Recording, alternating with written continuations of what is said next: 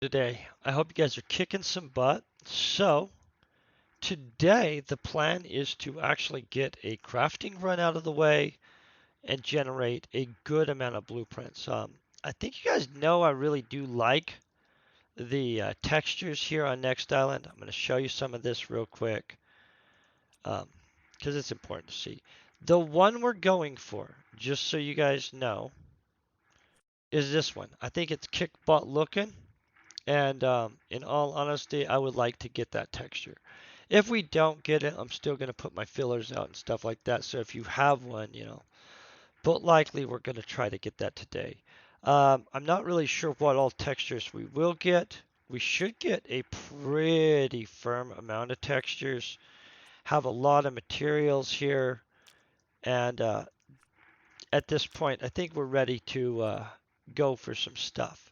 So like all texture runs, right? Or all blueprint runs in which we're trying to go for blueprints. I'm gonna pop this up like this, and we're gonna set it up to where you guys can see the blueprints. I've cleared that already. I'll set this up to where you guys can clearly see what skills are happening and stuff like that.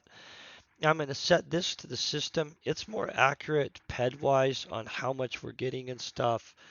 And so overall, I like to use it. Of course, I'm not going to have my camera up because it's a crafting run, but I will be here the whole time. I Outside of that about covers it. And so I will come in at the end. I'll go back over all the blueprints that happen, and we can kind of look over things. And so hope you guys are having a great day. Send all your positive vibes, of course, and stuff because that always does influence how well we do. And we'll look at the statistics at the end too. Now, if you don't know, the generic leather texture blueprint is excellent for generating blueprints on planets. And not just Calypso. I've took this around to multiple planets and done quite well generating indigenous blueprints to that planet. So I'm going to get this going and I'll quiet down for a bit. We'll just talk when blueprints roll in and at the end.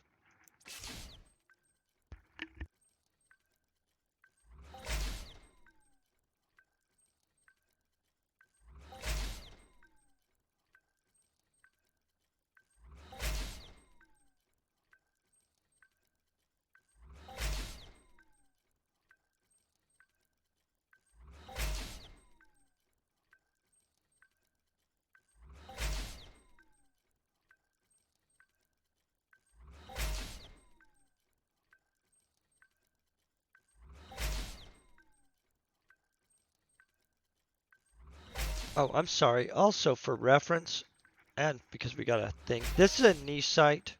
Gneiss is actually a common, almost universal one, or gneiss, I guess is how you might would say it. I already have a copy of this. I actually use this on planets to pop stuff too. Weirdly enough, this is a very cheap one to run, and so that's an interesting one to pop.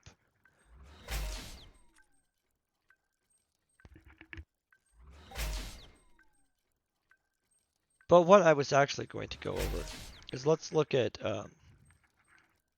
skills on this. Oh crap, look at what we got. Oh, that's also a common generic. So these might have a little bit of markup. No, not impressive. I You get a reasonable amount of Combibo leather texture blueprints. I've never actually done a run of these, but I have stacked pretty big stacks and dropped them before, and so I literally don't know what pops from that myself.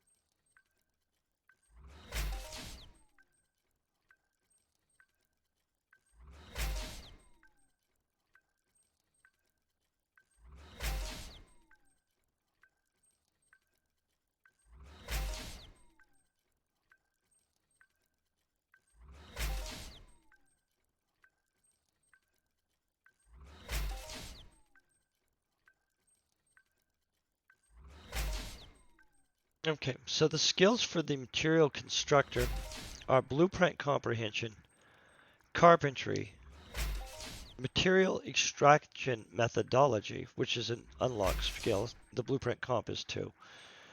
Texture engineering, which is 33% of it. Make texture, which is 11% of it. Quality sense, which is another one that you have to get unlocked. And that is only 1%, weirdly enough. Surface composition, that's another unlock one. That's 5%. Tailor is also 5%. And of course, science engineering is 20% on it. So that's where the skills are composed of going into this.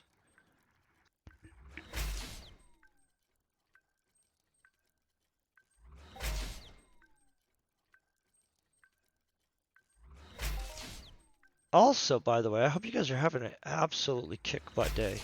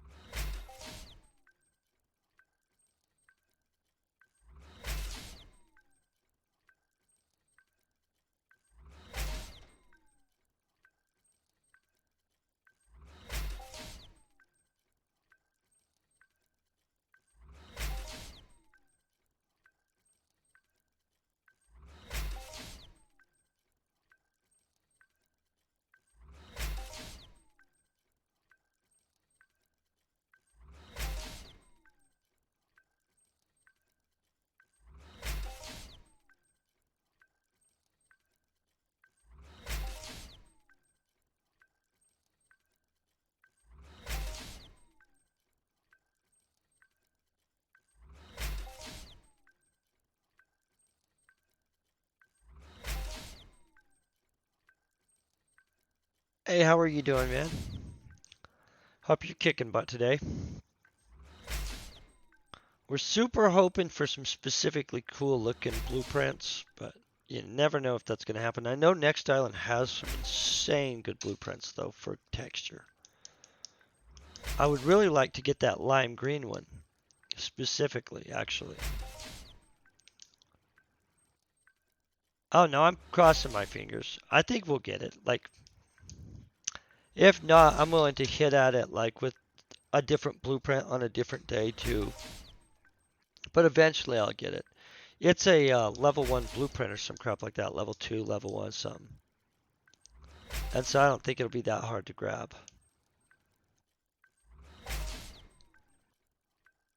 Plus, I have a bunch of those paint blueprints, which I'm kind of interested in what's up with that. Show you this stuff.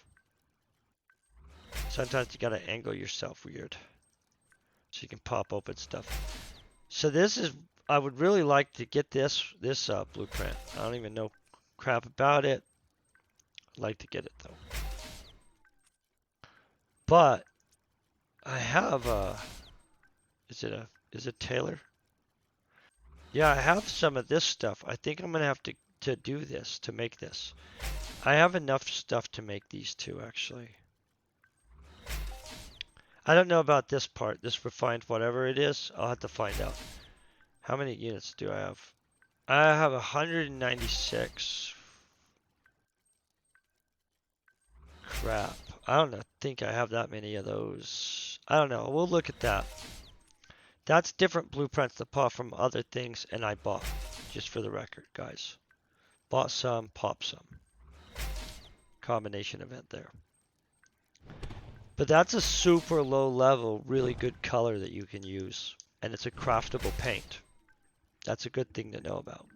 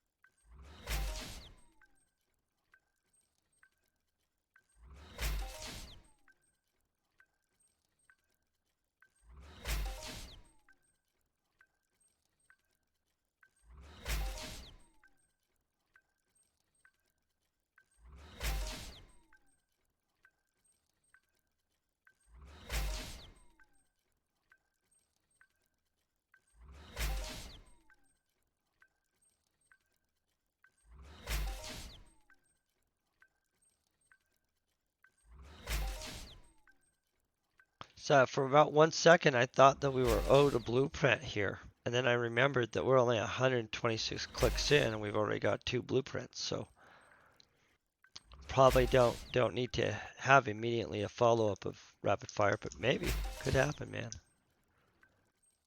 Normally I really do expect about 3 blueprints per 500. Sometimes lately we've been disappointed on that. This could turn out like being the opposite end, and it matters the blueprint. Honestly, I'm starting to notice it severely matters the blueprint and the planet you're doing it on. I feel on the ones that I'm starting to like, I should get 3 or higher amount of blueprints per 500 clicks. Um, but I've noticed that there's a couple blueprints that they do not generate anywhere near in that row. And then those techno gizmos, they generate actually better than that usually.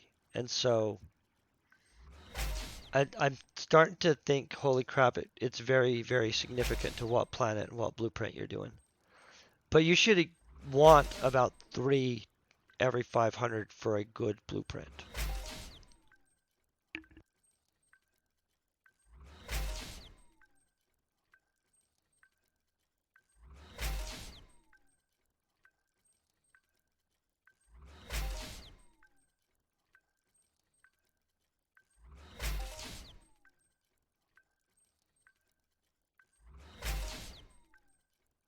Which honestly, because some of the blueprints that they give, like for some of the runs you do, are super common, like that basic bearing and stuff, because you get so few blueprints per time period, it would be nice if they would break that up a little bit. Just saying. I mean, throw some variety up in there. But of course, that could damage the markup on some other thing, I guess. So I don't know what they should really do. It's complicated, I guess.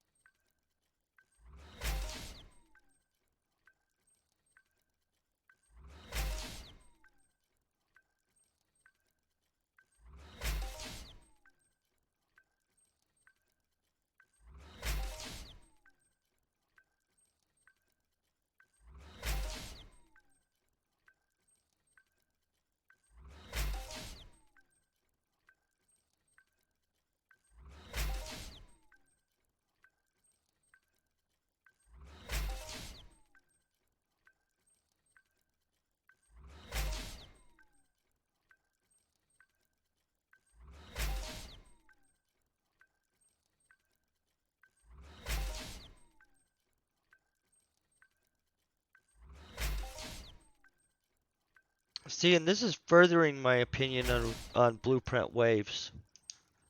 I'm going to just be honest.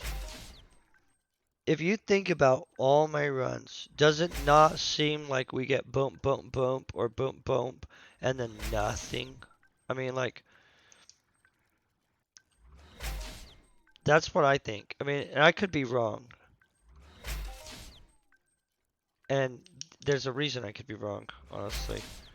So, in a real random sampling, there's just as much chance as a number being right next to itself as being next to any other number. Does that make sense? It's not actually statistically more unlikely for something to be next to itself. It's one of the ways they can analyze data to tell that it isn't um, legit, because people will attempt to falsify randomized data and they'll create a pattern, sadly, which is weird.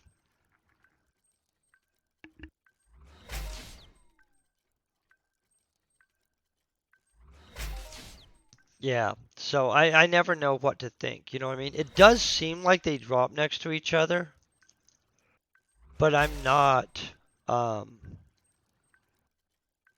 I'm not sure totally. Yeah, so yeah, in attempting to avoid it looking weird, people don't like to place numbers next to each other. But if you really randomize something, every so often a 10 will be by a 10 or a 6 will be by a 6. And so by attempting to avoid something looking suspicious, they create a pattern. And because if you avoid numbers being next to each other, you're eventually going to have a sequential pattern. It's just a weird one. But on top of that, people favor numbers and other weird things. And I think we even do sequence favoritism, but I'm not sure if that is known. But in one of my weird classes that I had once, they went over how randomized samples can often be instantly identified as totally bogus because people create a weird pattern when we try to do it. We're not legit. We're kind of not good at pattern stuff. Well, I guess we are good at patterns because when we try to avoid them, we create them. I mean, I don't know how you would consider that. But I do like the idea that there's a wave of blueprints. Maybe we'll get hit by another. Yeah, you never know. Like if we were to look at their actual like coding and stuff and like had somebody that knew how to interpret all that, they would know. But, just sitting here watching a bunch of random runs, who knows?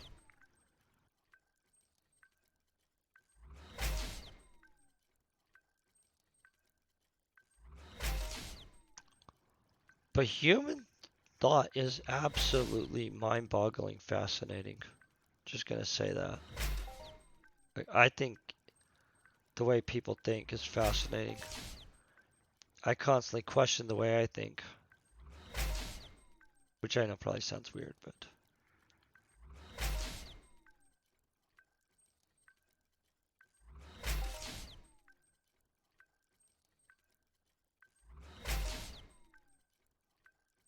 man, this is looking good.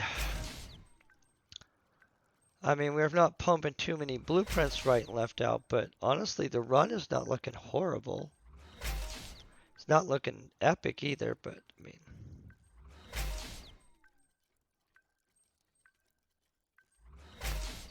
this surface composition too, I honestly am not really sure how to interpret what that actually does all the way, but you get a good amount of skills from just running texture runs.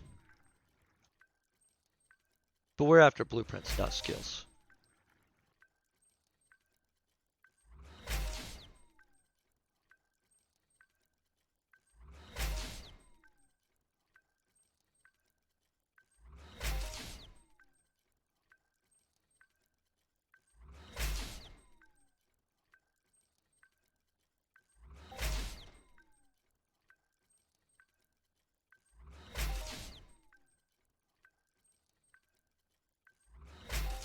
Oh, boom.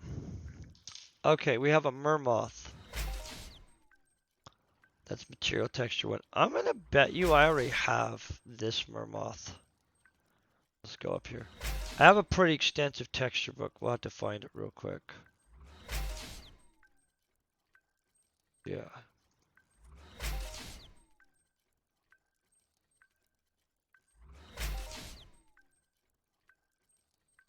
It's not filled up, obviously. I need to find some stuff still, right? Yeah, I have a mermoth texture already. So if somebody thinks they're needing this stuff, see, I don't have this one. Do you see this Zeramite texture? I don't even know about that. That's a level 11 texture. Oh, that makes sense. Those are probably just introduced. I think my highest texture, guys, is going to be, what is it going to be? Chrome, which I don't even make. Make sure that's true.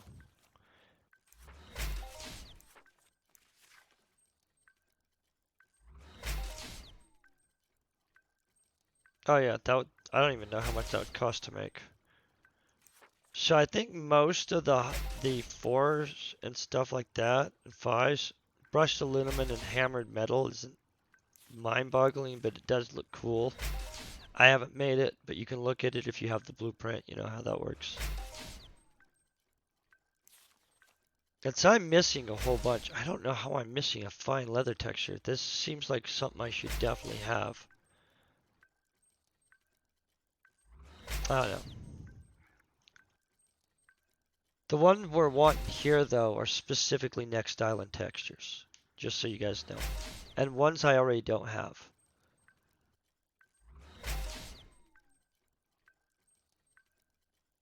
In fact, do I have those books out?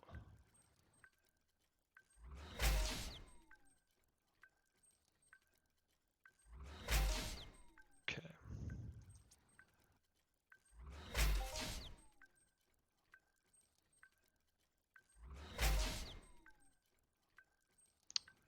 Is it artistic patterns? Yeah. Oh, and they don't pre-show up. See, you don't even get to see that stuff unless you have it. Ah. Okay, guys.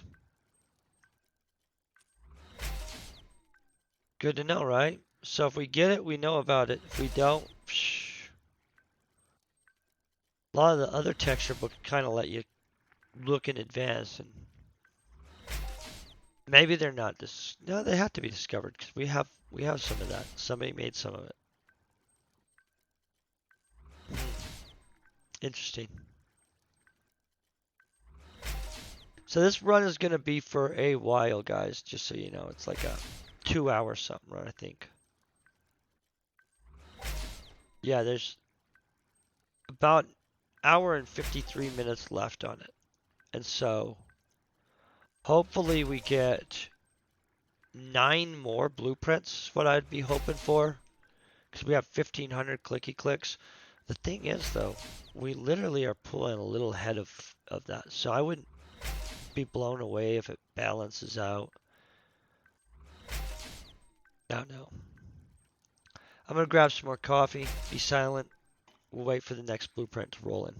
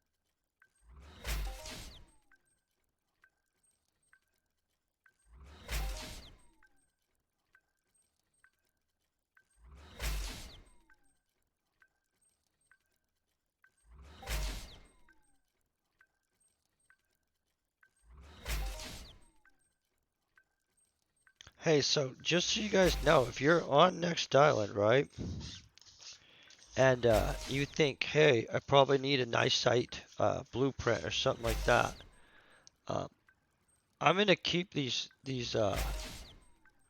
limiteds and stuff, and if we get something new, but I legit do not need 2 copies of Mermoth leather texture, probably not 2 copies of Nicite. And so, like, let me know because I'd rather see it go to somebody. And honestly, I'm about 50-50 on what happens to that blueprint. You know what I'm saying? Unless, like, somebody needs it. And then if somebody needs it, it's absolutely going to go to somebody that's going to use it. Just let you guys know. Okay, good. Firebug, I will grab you the extras. I know you're on next island right now. It'll help you get started, just in case you want to get into the dark art of accidentally wanting to fancy up too many things for some random reason. I do kind of consider that for some reason, tailoring and texturing is some kind of weird, not really understood properly art form with inside the game in which it isn't being exploited or used to the level it should be. And so, in fact, I'll once again point out the fact that quad wing interceptors should be both texturable and paintable. All of them. And not just quad wings, you know, like basically, why would you not make every vehicle in this game texturable and customizable? It makes sense to. I mean, they would just make extra money. And I get you, you got those unlimited ones that are customizable. They're unlimited. Like, that's their own thing. Or like hook them up with something new too. Like fancify them up extra. Give them 2 extra texture surfaces for their vehicle or something. I mean, maybe an extra texture surface. I think that's all you need, you know what I'm saying? But why aren't quad wings texturable? That doesn't even make sense. It's like very common vehicle, and they all have to be generic the same. What if I was wanting to start a sock, like the Red Squadron or some crap, right? And I wanted all my dudes to be flying red thingamajiggies. I'm not doing that. I'm just saying, like, why even limit it? Like, Slipneers can be painted and textured, and quad wings can't. And I'm not dissing. The clothes part of texturing is cool too. You can make fancy clothes.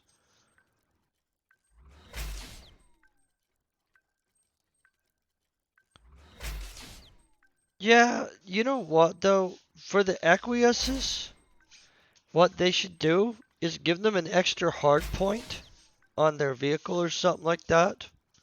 I mean, like, hook them up too. There's nothing saying that if you make everything else have the ability to be customizable, that you can't be like, um, I think the Equiuses and stuff like that should get hooked up if you do something like that. You know what I'm saying? I'm not saying like upgrade everybody else to where like the amount that they paid for their fancification isn't significant, but hook them up. But yeah, a bunch of Equiuses would be a Red Squadron technically, and it would be super freaking expensive. It would be super cool. I don't know what you're gonna do with that, but you'd be rolling hard. But I do think that they should make more stuff in this game customizable, just straight up. And maybe in more ways. You know what I'm saying? Like, I don't know. Like, way more ways. And do more with space. It legit bugs me that space is like, in a space game, right? And I'm not trying to be mean, but at the end of the day, Entropia Universe, in theory, is a space game. And space isn't really the main thing in Entropia Universe. You know what I'm saying? Like almost everybody's in. I mean, of course, some people could be like, "No, it's a planetary exploration game," and maybe they're correct. Because it does seem to focus more on the planets than space, and yet space could have like derelict ships floating around with that are boardable. You know what I mean? Like a random instance where if you like spot one and you get some homies together. Oh, thank you, whoever did that. Um, you guys could roll in and just like shoot out the engines, take out the guns, blow out the hangar bay door, and like land inside of it, group up, and then kill off the freaking people. You know what I'm saying? And so, like, that's what I would be doing. I think space is not developed. My other complaint is why does space not have its own blueprint, right? Like there should be a space blueprint book, and then if you flew up to a space station and you did a crafting run, you would have a chance of popping space blueprints, and those literally could be more oriented around space, like a actual spacesuit or something, like not an actual like float around on your own outside of a ship, but like a flight suit should be a actual blueprint. You know what I'm saying? Some kind of flight suit that's super customizable also. I don't know why I think it should be, but it should be. That's the end of my complaint. That's not really a complaint. That's I hope Entropy hears that one day, like a genie in the bottle message, and then they're like, "Hey, we should put a whole bunch of dedication into making space a big component of our game since we're a space game." And then they'll be like, "Whoa, that was a good choice." Just saying. Think about how much like space could be absolutely mind-boggling cool. In all honesty, they could have like cargo ships that, yeah, they take a bunch of ped to shoot down and have some guns, but they leave from a destination and head towards a destination, and you could intercept them and shoot them down and attempt to actually shoot down and get a loot that's not a loot off of a person. You know what I mean? Like you could be pirates without not having to pirate each other necessarily. I'm not saying that they shouldn't leave the piracy component in some subsections of space, but they could expand it and they could actually create factions. In all honesty, if there were some kind of faction basing around space to where like if you like did too much dirty deeds on some planet, right, then you would be hostile to the aircraft orbiting above its space station. I mean, I think that would be fun. Because then you could actually be enemies with a planet, which, in all honesty, would be a helpful, good dynamic because that would be good for socks. It would be good for PvP. I think it'd be good for PvP.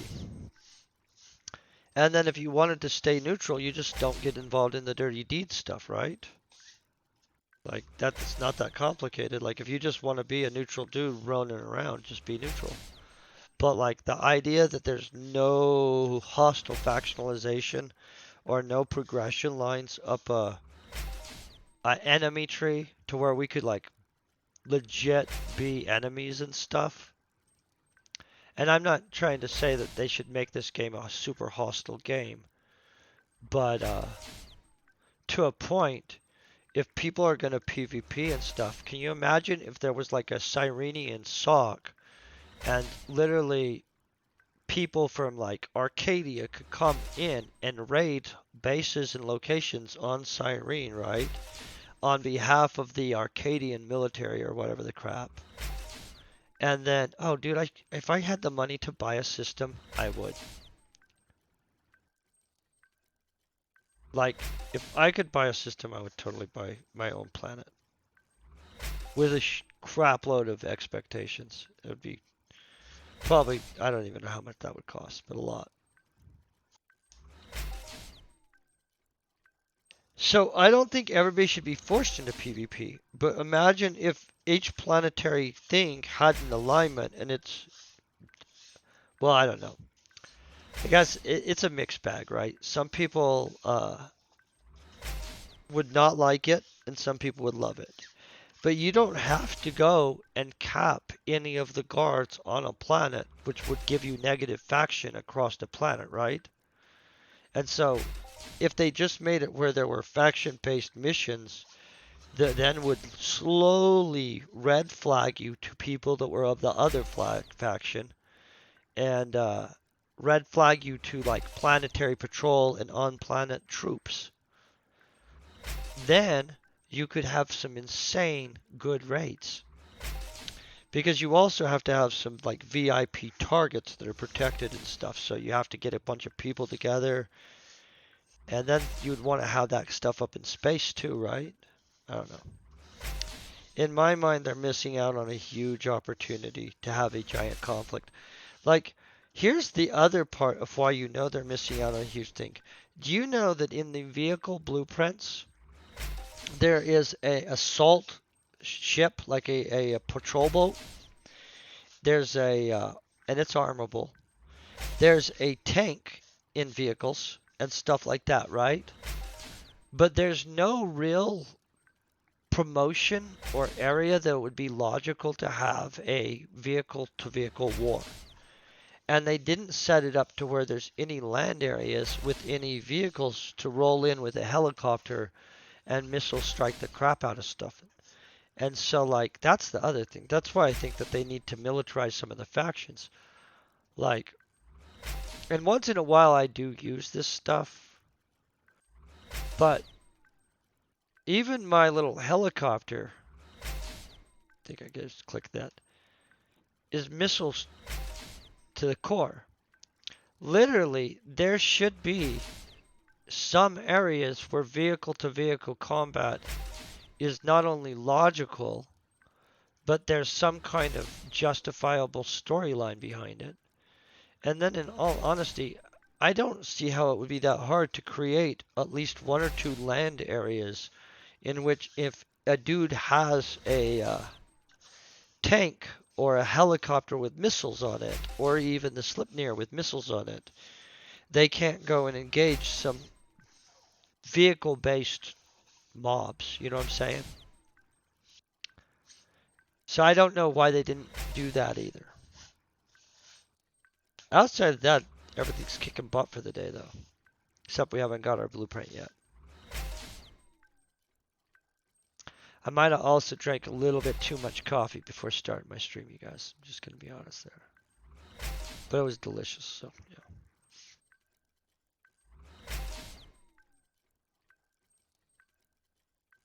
So, you guys kicking butt, I'm hoping, right?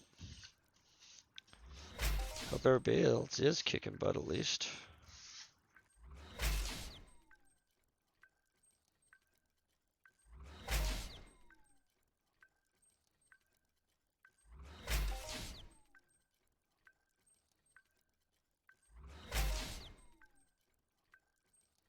What's As in you're not kicking butt?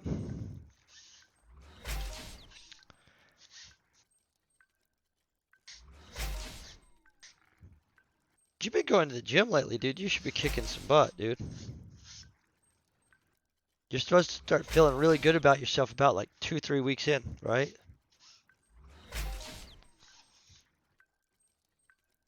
Oh. So you're probably just running out of gas. I run out of gas all the time, and then I have to figure out how I'm going to make myself figure out the WTF on that. Oh, see? They just hooked us up again. So iron texture,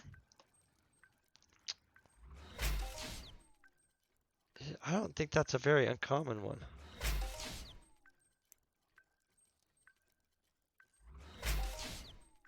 Oh yeah, that's not bad at all. And that's a lot of attempts. What is that? So it doesn't sell very often. I think I have a bunch of this somewhere. Let's look at this. One of these is specifically texture blueprints. It could be the one that's textured. No, of course not. Why would that be?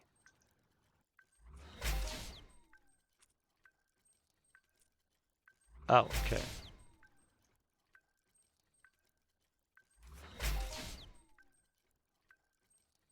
Oh yeah, we're saving up. Eventually, if I go insane, maybe we do a 1000 clicky click iron texture blueprint run, but I'd have to see what level you have to be to texture iron. Because I'm not really sure that I wouldn't want an iron textured something eventually, you know what I'm saying? no idea. Honestly, do you know the other thing? Don't you guys feel that some of the fancier armor, like, should be texturable and dyeable too, somehow?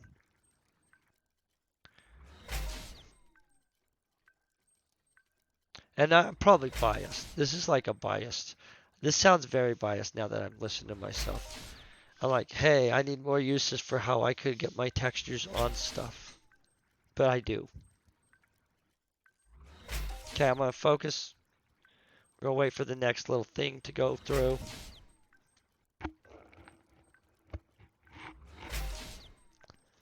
Oh, you know, they say that. So, technically, you're right. People like simplification of choice. Um, I, I, I'm probably also the same way to a point, but yeah. That is a real rule, as weird as that is. Along with that other consumers are finicky and stuff rule. Or fickle. I don't remember what word they use. Fickle or finicky. Doesn't matter. Seems pretty close to me.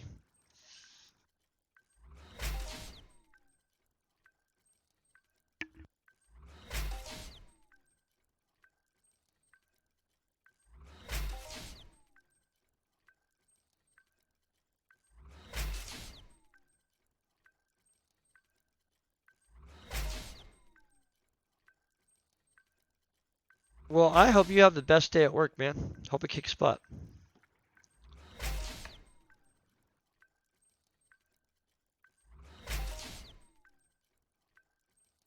Yeah, no. Message me when you're back, dude, and I'll have you those blueprints. I'll kick you. I like seeing people start kicking butt. You're already kicking butt in this game, actually. To be honest. I think you're doing good. Let's watch how this rolls out. I'm gonna cross my fingers. We'll hope for a bunch of blueprints here. Maybe we'll get multiple copies. It does seem like no matter what planet I'm running or what blueprint I'm running on, there's always one that I get more than one. And I always am like, WTF? But sometimes it's cool. Sometimes, I mean, like, but there's usually a common blueprint on almost every planet.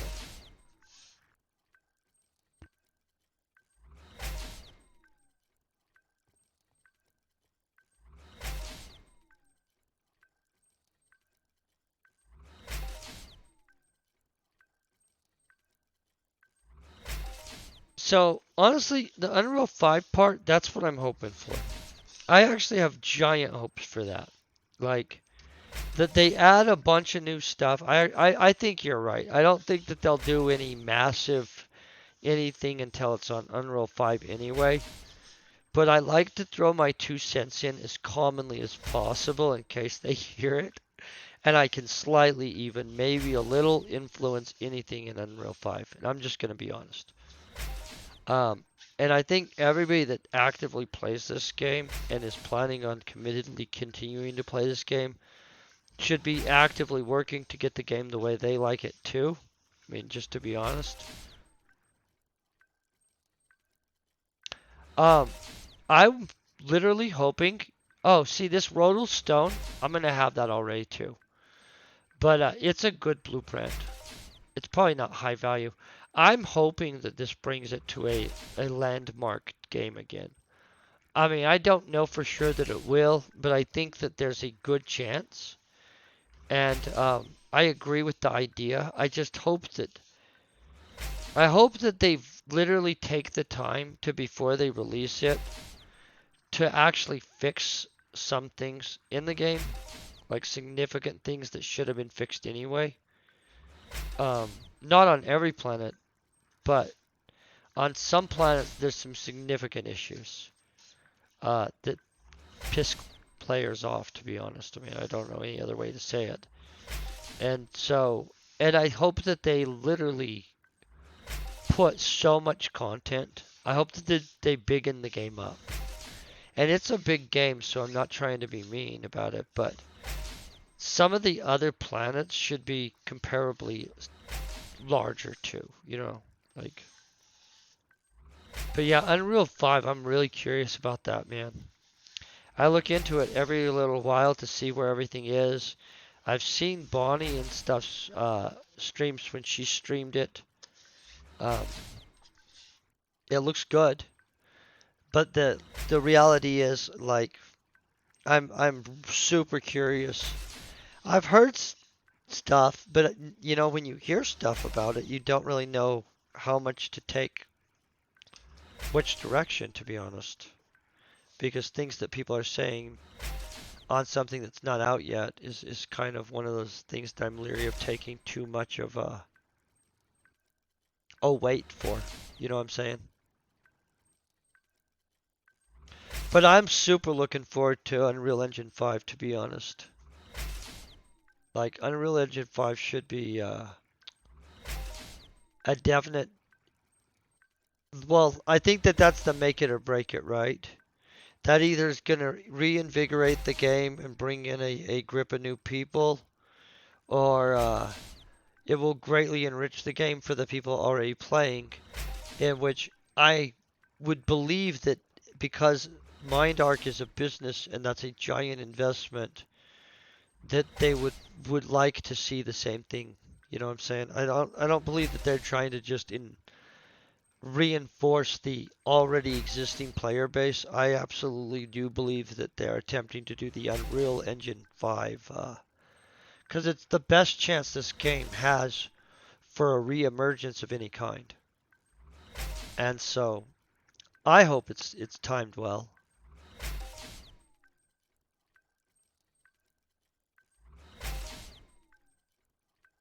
No, that's a no. You're not being. That's not. That's legit, bro. I'm gonna have a bunch of these, but I'm keeping all the limits, of course. But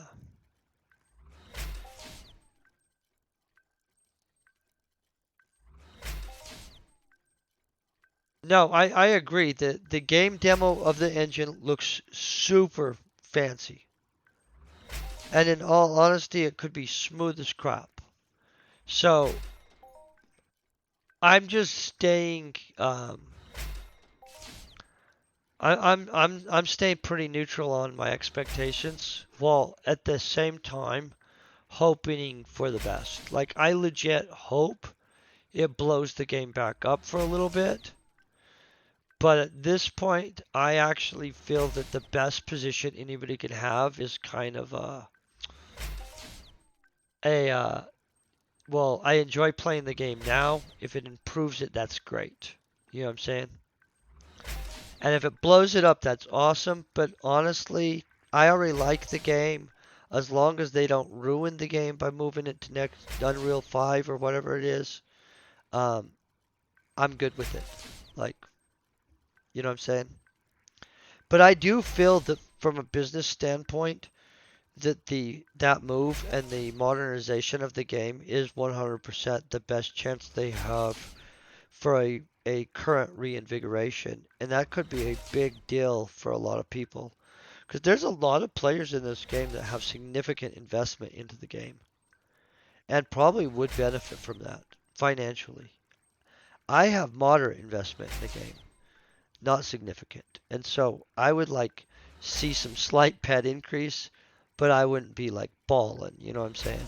But there'd be some people that, can you imagine some of the planetary landowners and stuff like that?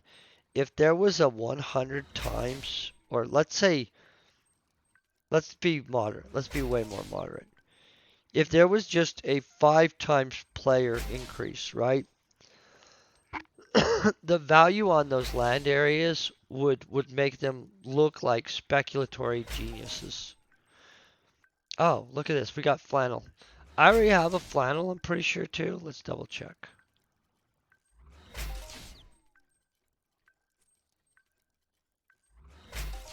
At this point, out of this book, I'm only looking for specific ones.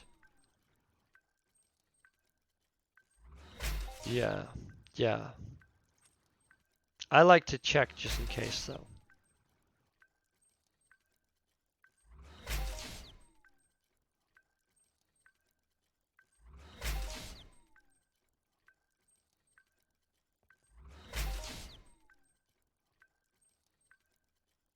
I think that the exploration component of the game will get better with that engine too. So on top of that, because the graphics are better, technically a whole bunch of the game. I don't know. I feel that the game should get better for sure. And I think it literally stands a chance of being spotlighted differently. But they better be willing to pay for some PR or something. Because just because you do something anymore doesn't mean anybody will know crap about it. You know what I'm saying? Like, it's a lot of companies paying a lot of money to be in front of a lot of eyes. And so at this point, if you don't pay for a little bit of positioning, it's almost impossible for companies to get in front of people's eyes with anything they do. And I'm not trying to be a jerk, but literally, even getting on the news or any of those media stations, it's just pay per positioning. Like, you can pay, I don't remember how much it is, because I do not engage in this behavior, but I will one day. But you can pay $120,000 to a bunch of different lists of PR companies, and they'll write you a book. They'll write you a full book, ghost written, in your name, in pretty much any subject you feel like having written, to be honest. And then they will hook you up and they'll put you on like a media tour on all the little latest media shows and stuff like that, which is insane because that lets you know that's how that works. To promote your book and to promote your expertise, including arranging for speaking tours and stuff like that. I mean, like, I don't really want to do that, so I really probably won't. But legit, there are companies that's all they do. That's like their whole mission in life is to PR people, even if they have to write the book for you, which is crazy because you got to wonder how many of the experts you're hearing from literally just had the right amount of money. Not to be mean, you know what I'm saying? So I'm gonna drink coffee and be less talkity, but uh, let's hope that this kicks butt randomly because I've drank so much coffee. At some point, I'm going to be talkity within the next 5 minutes. Anyway, but you know.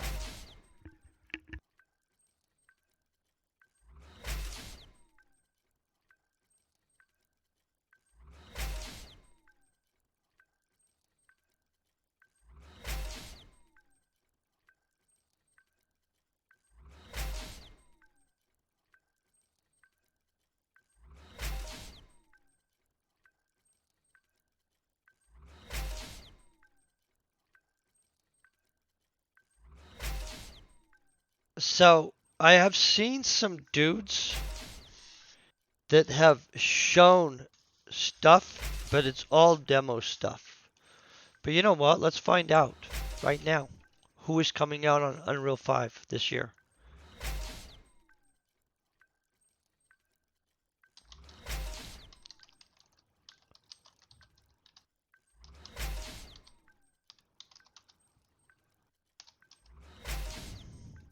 Okay, so I'm going to let you know I don't play most of these games and don't recognize most of them, so I'll give you the titles that are coming up on Unreal 5. It's a giant grouping, guys.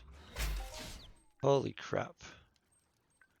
Okay, so soon as Saga Hellblade 2, Fortnite is moving to Unreal 5, Archangel 2 is moving, Dragon Quest is moving, Dreamhouse the game, it's a VR building game, okay.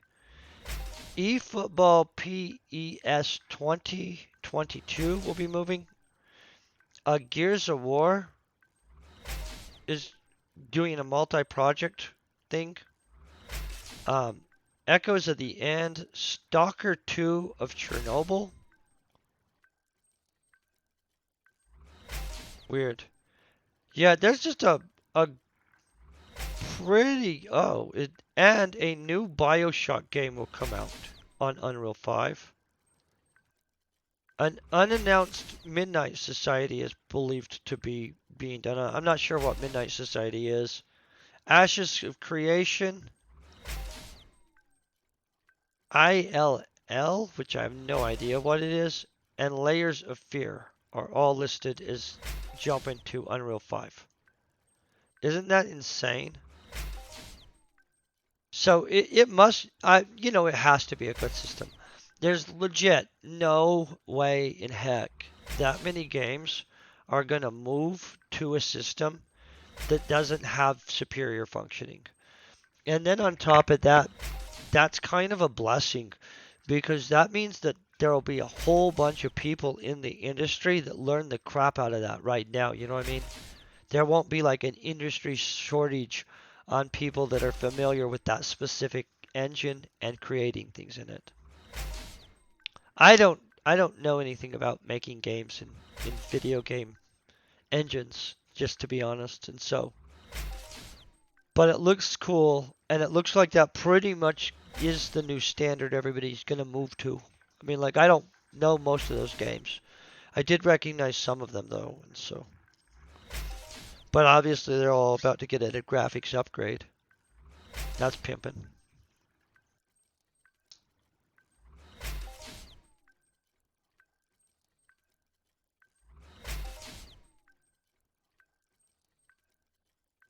Wait, you don't think that they would need CC plus program? I don't.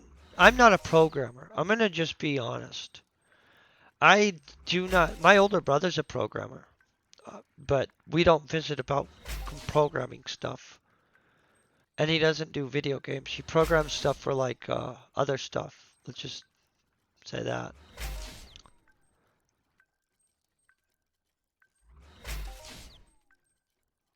Yeah. So I don't know what they'll need. Honestly, can I tell you, I thought that a lot of programmers were moving to some new system anyway.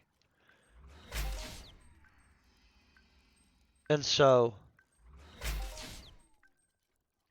I can't remember what it's called, but I've heard programmers talking about other programmer languages that they were working on. I just don't know enough about that stuff to have a clue what they're talking about. So I just listen and kind of like, oh. But Unreal 5 should be super freaking cool. That's what I'm thinking too. I have super great hopes for it. And I'm hoping they drop a whole bunch more stuff, like more blueprints, more like some more mobs. Um, Outside of that, I'm hoping they really pimp out space, like a full pimping of space with derelict ships and bad guys and faction stuff that you can do in space to shoot down dudes.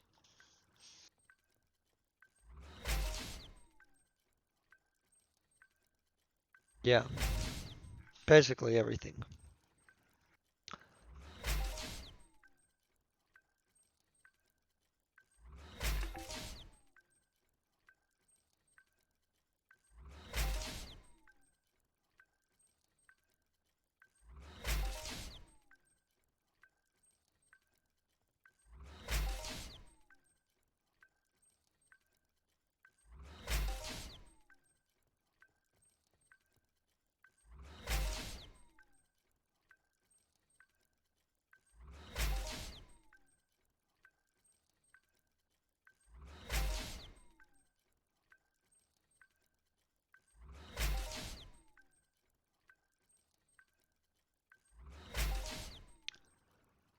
So they should make the mechanics good.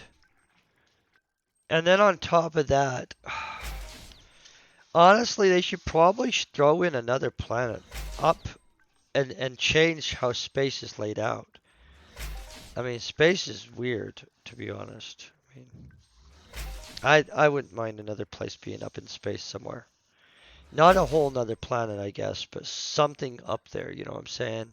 That's off the beaten tracks in a few different directions, just besides planets. Like,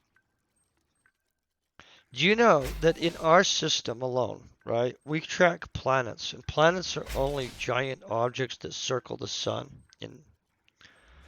But there are non-planetary objects actually in our solar system that are massive. In fact, if you look at Kuiper belt alone, the Kuiper belt has ridiculous amount of non-planetary objects that just float out there that are the size of an actual planet. They're just not a planet because they don't orbit the sun. Which I know might sound weird, but Kuiper belt. You guys should look it up. Fascinating as crap. Giant. Massive. It does not get the respect it should. Bigger than big. And it has tons of debris that is literally the size of moons and planets and crap like that. And so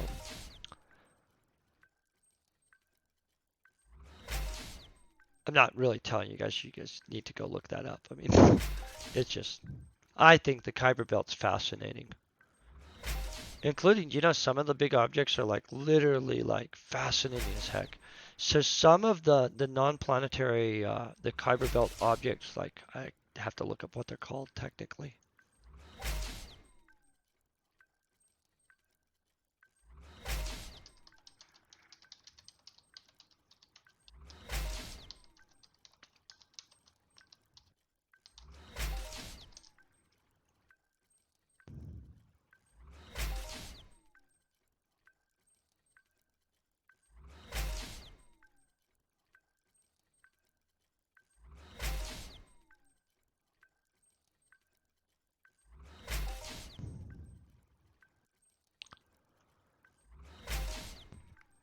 Mid-sized mass distributions.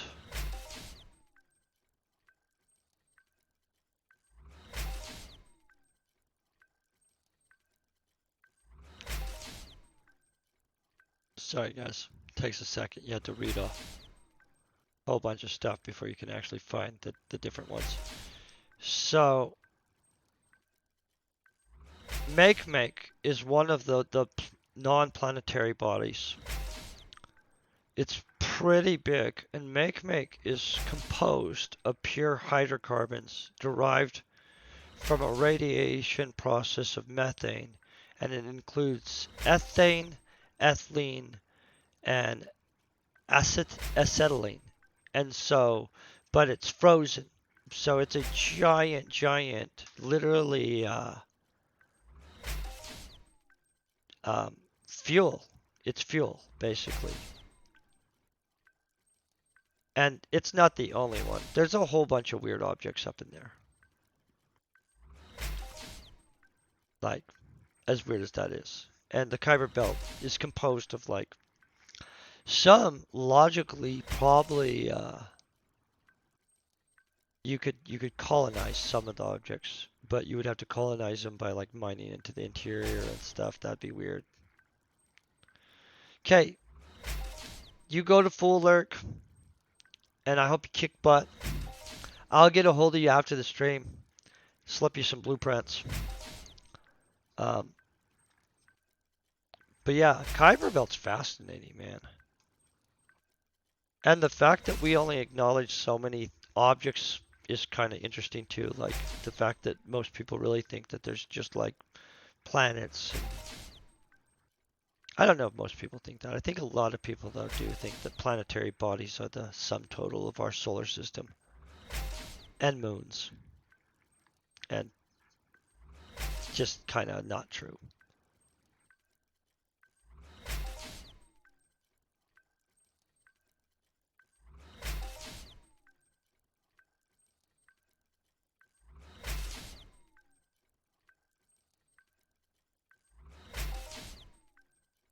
I try to avoid political jokes and stuff, but we should probably watch letting any of the governments around the world know that there's that much fuel on the Kuiper belt, or we'll be at war with the Kuiper belt, and they don't even have any people.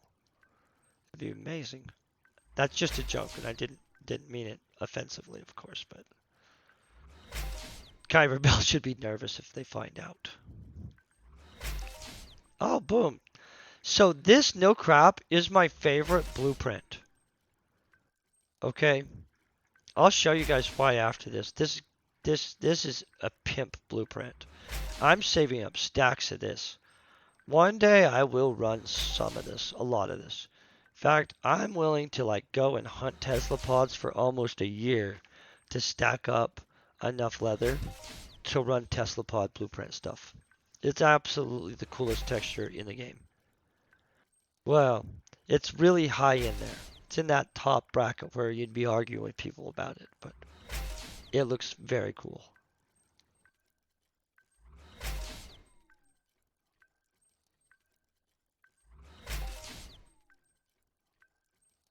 I'm really excited about that actually. I'm not sure how much of this I have. Limited book 1 or 2.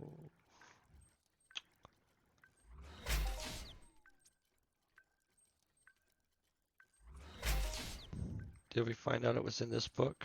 Yeah, no. That's furniture. That's more furniture.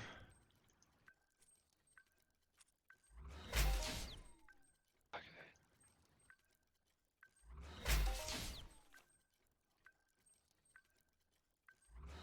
Oh yeah, see look, we've got stacks of that.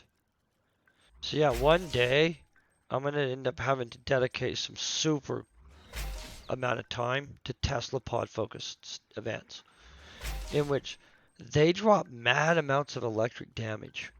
And that's why I was kind of looking into Firewall 3 armor along with some electric plates. Because that's how much damage they could drop, like the biggest ones. If I wanted to really hunt Tesla pods, you know. I think Firewall 3 would pretty much take care of like the lower ones, but plates, they're usually a good choice.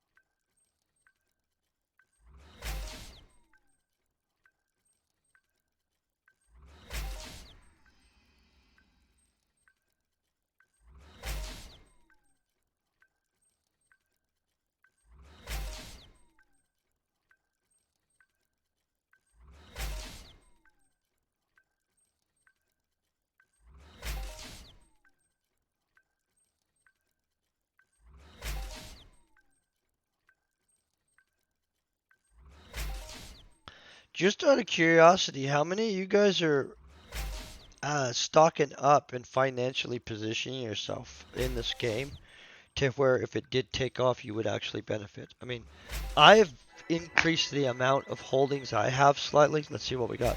More iron texture. So that counts as a drop. It just is a drop that didn't give us something new. But legitimately, one of the guys I know, it's a good friend actually. He also does videos on this game. Um, actually, Deepwater and stuff. He's excellent. Um, he uh, he definitely had started position himself. And then I talked to a couple other people, and they're serious about it. Like they're like, no crap. Hey, this Unreal 5 move is legit. Like they're strategically planning for it. I do think that the Unreal Engine 5 move is likely to be really a good deal for Entropia as a whole, and and for a whole lot of the players that are positioned well. But I don't know how, like well, and I don't know that's a for sure thing. So I myself am not like, hey, I know what to do here, and here's what you guys should do. But I am curious about like, well, what's other people's thoughts on the situation? Um, because no, see, I don't know if it will or not, and you're not being. See, I'm in the same thing, right? So I don't know that you're wrong. That's the thing. I think that there could be a burst of temporary players and stuff like that. I like to see everybody being so enthusiastic about it and stuff. And a burst of temporary players would be nice. And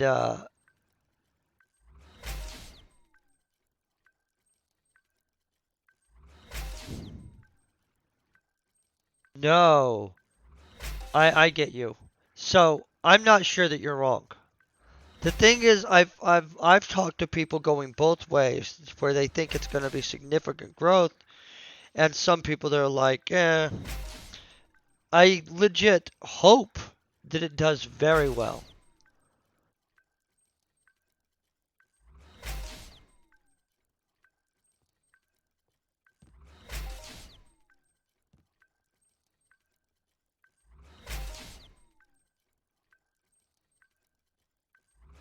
Oh yeah.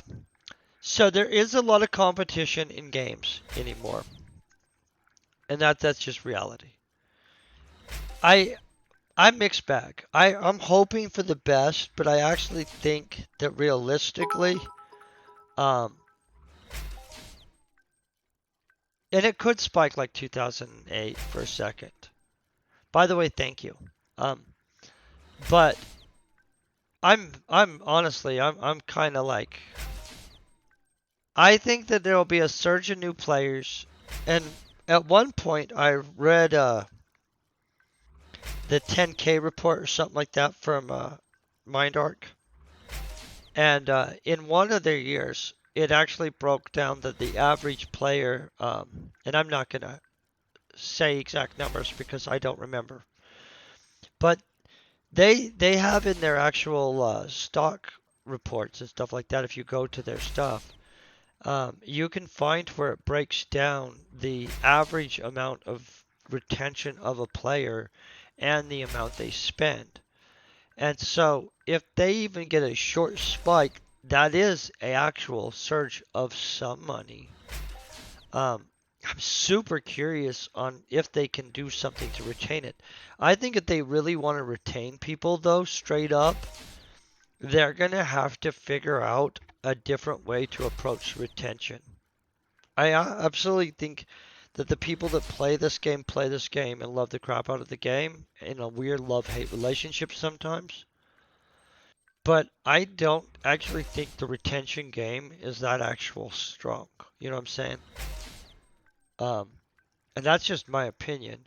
I'm not saying that every other game has perfect retention, but like even the top games in the world really struggle to retain retention.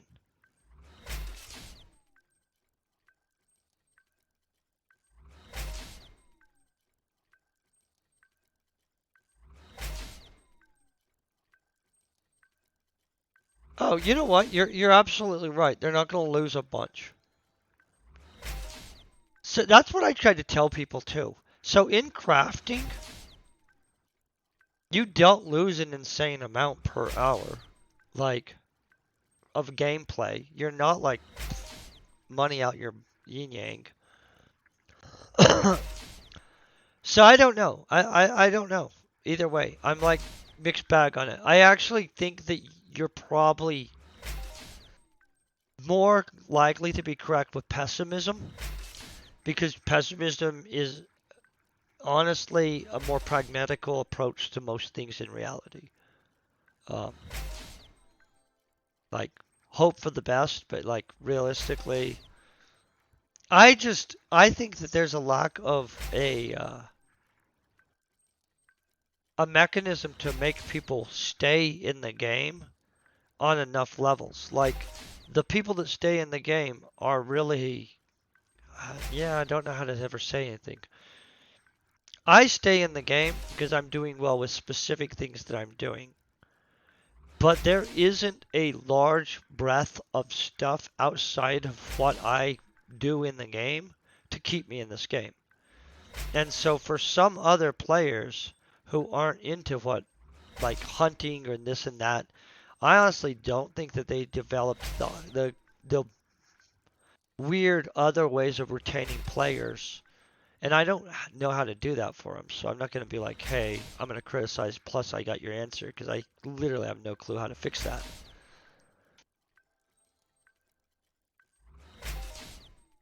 Oh, a recession is for sure coming. Yeah, that's legit. And honestly, that is another great point. So, if they wanted to approach it ethically, um, you're correct. Do you know though that when times are economically tough, people's spending on vices actually increases? It doesn't go down. I know that sounds horrible and it's naughty, but statistically, as people are in crappier situations, they spend their money actually worse.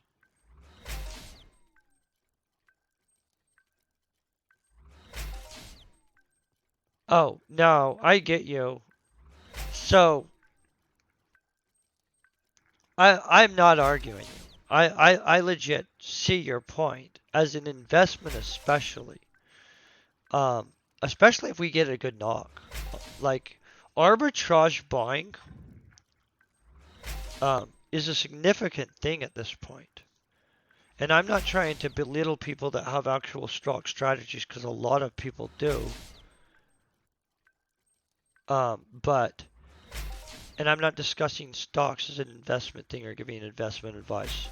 But realistically, um, if you look at the amount of downturns in the market that happened because of instability in the market or world events that hit the market by 5, 10, 15% on a pretty frequent rotation, and then the market returns to normal or is actually even subsidized back to normal, um, you'd statistically be better off with a strategy in the stock market in which you literally sold all your stocks every time it was back to normal. And then every time something really bad happened, like the next whatever event that tanks the stocks, you just bought in common stocks of anything generic and sold again each time it got back up. Um, that's an opinion, and that is not advice, though. That's just an opinion. We got some zinc. That's a really common one. I like that. It looks cool. It also is not super expensive to run.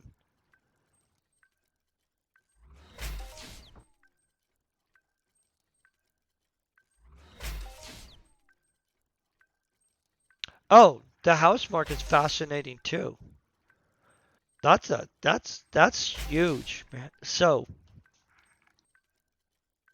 as weird as this is, literally, I may one day get into real estate. I don't know. I'm on the fence of it, of how cool I think.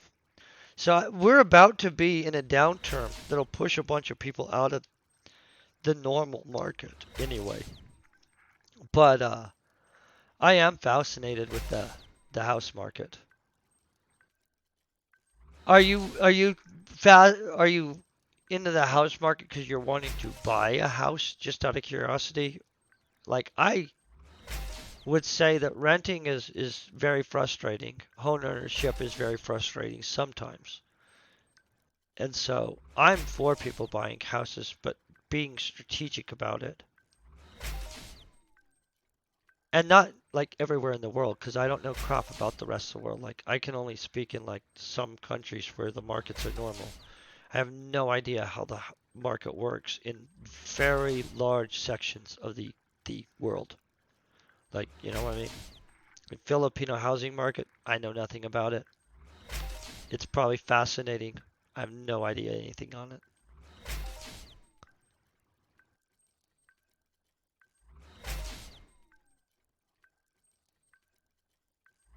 Oh, so in America, owning a house can go weird real quick. We have HOAs and everything. Yeah, most of the house markets are going up. In Norway, and I'm just curious about this. So in Canada, I don't live in Canada. Just for the record, I live in the United States. But in Canada, they've recently passed a law blocking foreign buyers from buying up houses over there to try to decrease the amount of foreign investors are like just owning. Because, at this point, um, because so many currencies are taking damage and because of inflation, you can't have large amounts of institutional money in a bank account because it will get ate. And so there are some large institutions that instead of having their money in bank accounts are now taking and they're shoving their money into houses because houses um, are kind of inflationarily protected. I mean, yes, there could be a bubble pop or something like that, but if you guys think about it, they're not in the same situation.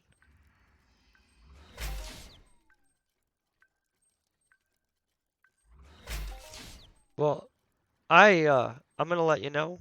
I had to build my own house. There's nothing wrong with that. Legit, some of the people that I know that have made some good money bought crappy houses, fixed them up, and flipped them. Like, they just were really at the right cycle of the time.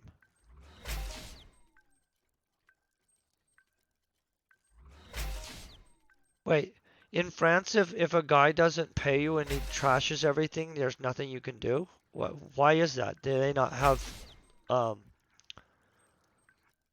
renters laws and stuff?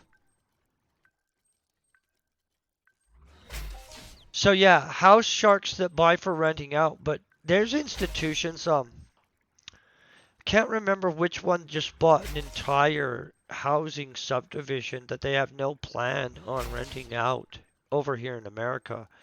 But the purpose of it is to protect their cash from inflationary damage, in which was a really smart move on their half. But then they go in and basically I think it's a weird situation when institutions are using community housing as a oh crap. So yeah, that's not any good. So I'm sorry, that wouldn't be good. How do you rent things to people in France then? I don't understand why you would rent something to somebody. And I'm not trying to be a jerk, but that would be very stressful if somebody can. Well, I guess there's legit people. I would be very scared. Can I say that during the whole last thing that nobody's allowed to talk about or they get in trouble, we banned evictions in Colorado and stuff, and one of my buddies actually owned a rental unit, and when they stopped the evictions from being able to be proceeded, the people legitimately did not pay him any more rent, and then they did trash the place before just moving out in the middle of the night. Yeah, so that's what would normally happen over here is you'd get in trouble. You can't just trash somebody else's stuff or you will be in trouble. And if you break a contractual agreement, you're supposed to be in trouble. Like if you agree to pay somebody, you should just pay them. Like that's kind of sad.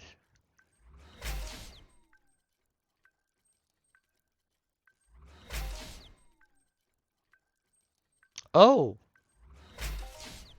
well see Norway that's a good system.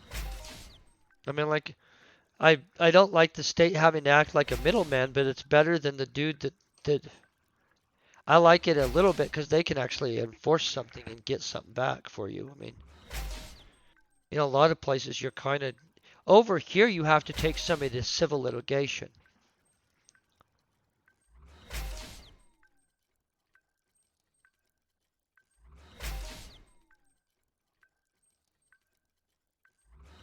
Oh, yeah. So they're just that's extraordinarily protectionist towards the tenant, and so that's overboard. So we have in Colorado we have what they call tripe damages and stuff like that, where if you do something really bad as a landlord, the damages are 3 times fold and stuff like that. But that's as far as they go for like being tenant protectionist, except during that last little thing where they were like nobody can be evicted, and then that was its own little complexity in which I'm always mixed bag on what I feel about that kind of stuff. And so,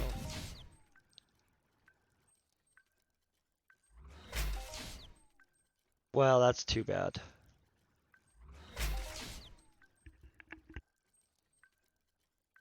Will you rent to somebody again, or is that the end of you renting?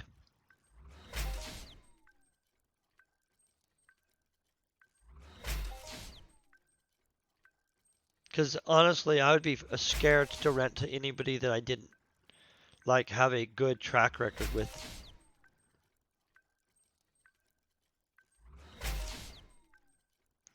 So I could see you wanting to definitely do that.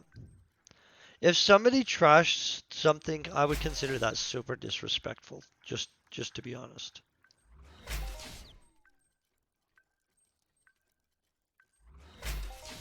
But I'm absolutely not going to encourage that. I'm just going to say that I can understand the level of disrespect and that I would be upset.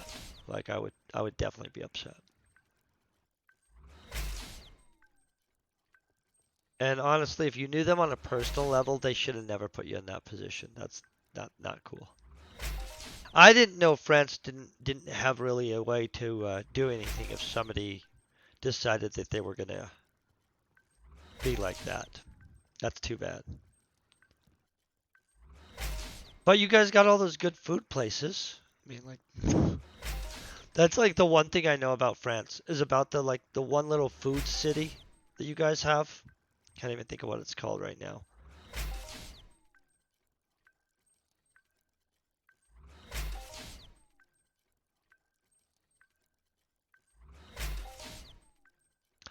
Oh, yeah.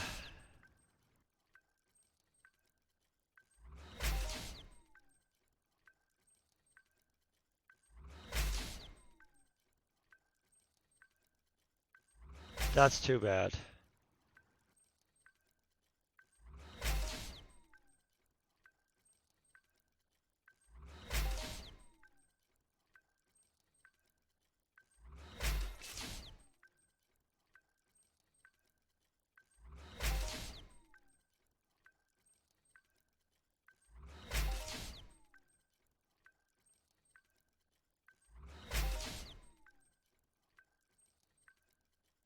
Oh, that's too bad. Honestly, people feel that way in a lot of places. I don't know either way how it's going over there, but I have heard negative things about people getting away with things that were shouldn't be getting away with things and people getting clapped on. I never know which way that stuff goes at all. Because I've seen people in my own life that are friends that sometimes they get away with everything, sometimes they get away with nothing, and like they're very similar people. There's not like and sometimes I hear about stuff that makes me I don't know how every other country is going. You know what I'm saying?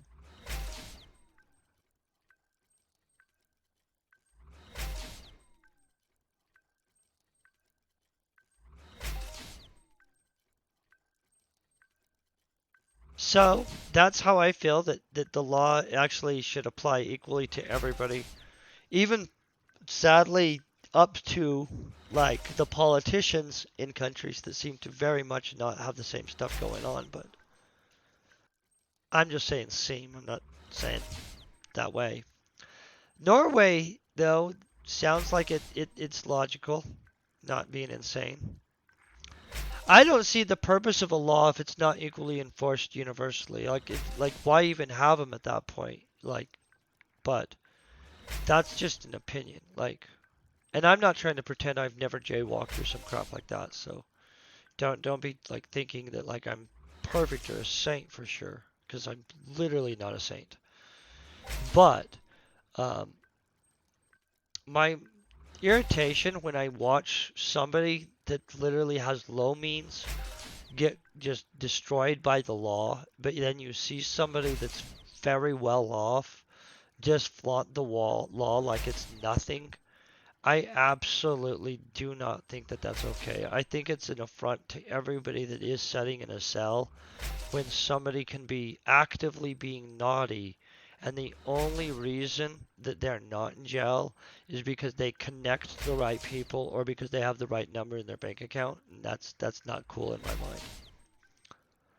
But I don't know if that happens everywhere. So, well, that's not good.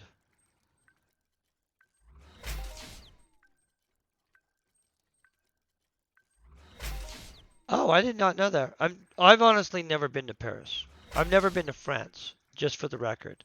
So the place I think I want to go in France is called Lyon, I think. And I'm probably saying it wrong. That's where I wanted to go.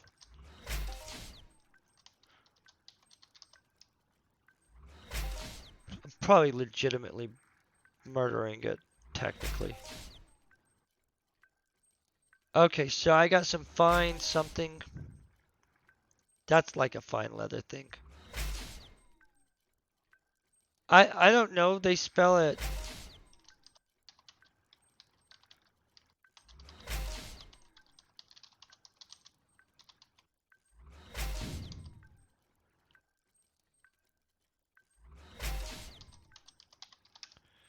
So I think it's.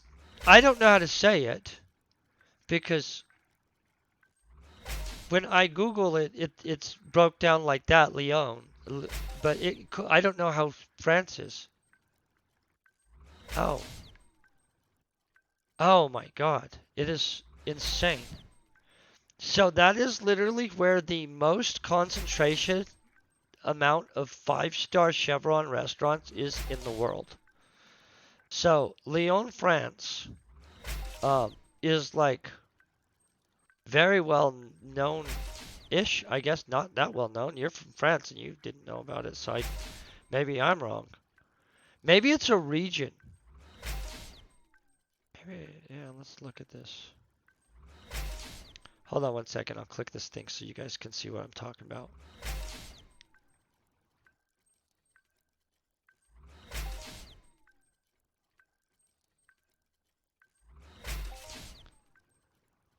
Okay, let me find this thing. Display.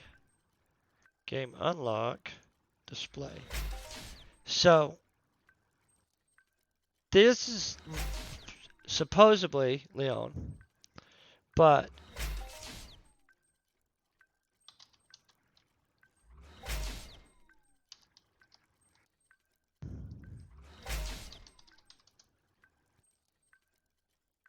so you've got all of these basically amazing places to eat in Lyon, France. I've never been there. It's considered supposedly one of the places that, like, in theory, you'd want to go.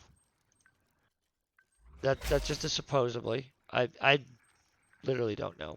But the fact that like it had a whole bunch of like five-star restaurants within like no area at all. Plus there's a bunch of culinary academies, which is not a shock because there's all those five-star restaurants.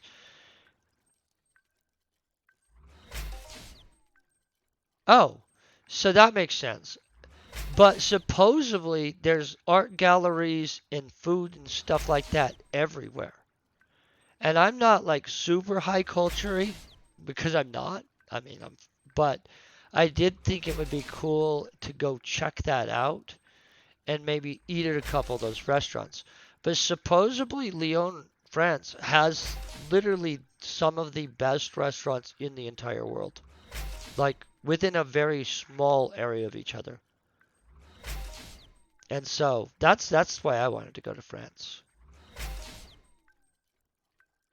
Just saying, if I didn't drink so much coffee to rev up my metabolism, we can all tell I probably have some food weight. Because I like food. It's good.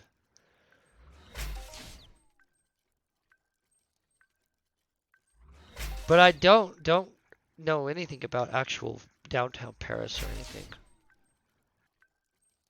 I also want to go to it's Iceland. Iceland's the other place I want to go. So I've heard that. I honestly I try to avoid political stuff, especially when it's in other people's countries. Um, but I have heard the argument that a lot of people feel French culture is being attacked and is breaking down. And so that is a tragedy, honestly, because that's always been. Oh, by the way, thank you very much for joining, and I hope you guys are doing epic. This is a cool one. So this Gravidor, that looks like a neat one, by the way. I have some of that already, but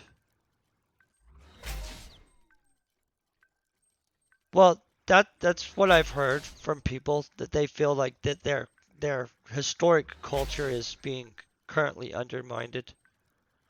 I literally don't know, and I try legit like not to weigh too heavy into other people's stuff.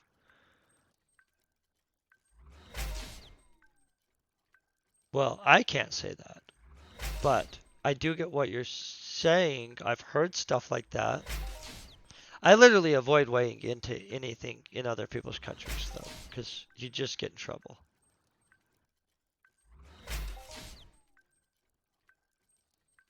Oh, oh, this is a good one. This is a good blueprint, you guys. Well, I'm going to be honest. French culture is pretty impressive, has been around for a long time. And I absolutely think it would be a sad thing to see France not really be France anymore, just out of reality. And I've never been there, but I do believe that the French culture is fascinating. Like, I've always wanted to go over there. Partly, I think that the catacombs would be neat. Like, there's just a massive, rich history of stuff. I also wanted to go check out, like, because you know about the 100-Year War and stuff like that. I think that that would be neat to go check out some of the locations where the 100-Year War was fought and stuff. Basically, just go look at stuff. Well, there's still French stuff to go look at, I guess. Weirdly enough. But I would like to go see almost all of Europe that way. And Greece. Greece has gotta be absolutely fascinating. And I don't think that in 70 years Greece will look like Greece. I mean, oh, I didn't know that was happening.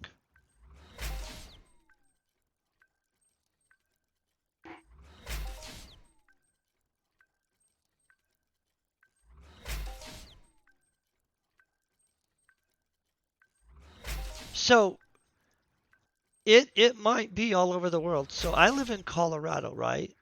We're up in the mountains. And we don't really have French culture here. Like we don't have French food. We have barbecue places.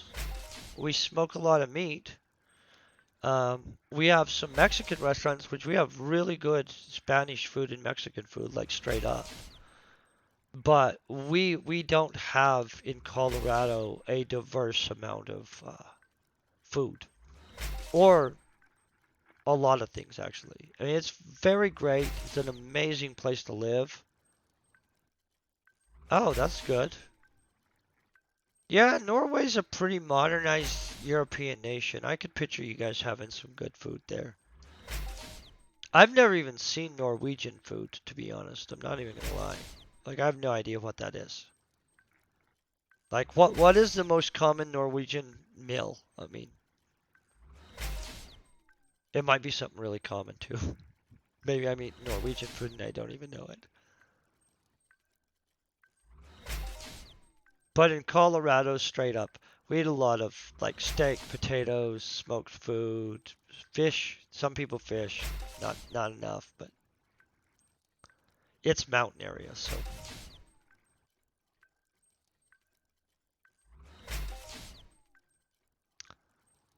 Oh, well, it seems like every culture has meatballs because they're good.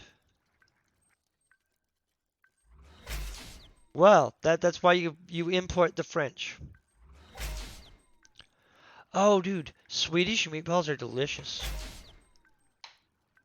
Like we don't have a place that serves any of that stuff here, by the way.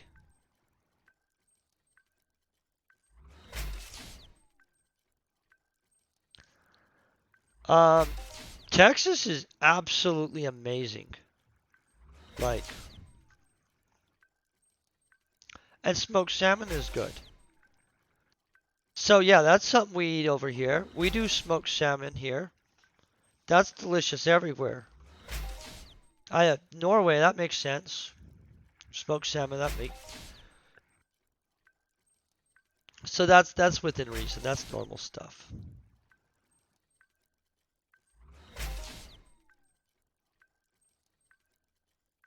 Is Norway doing good economically? Just out of curiosity, I know a lot of places are getting dinged up right now. Well, you have a good day, and I hope everything will just kicks butt for you, actually. Thank you for visiting and letting us know about France stuff. I am gonna go over there and go to that Leon place one day, you guys. I'm not, it's not gonna be for a second. I gotta actually find out how much that's gonna cost and stuff. And I fear that those restaurants might be like super freaking expensive. Oh, is Norway a oil country? I didn't know that.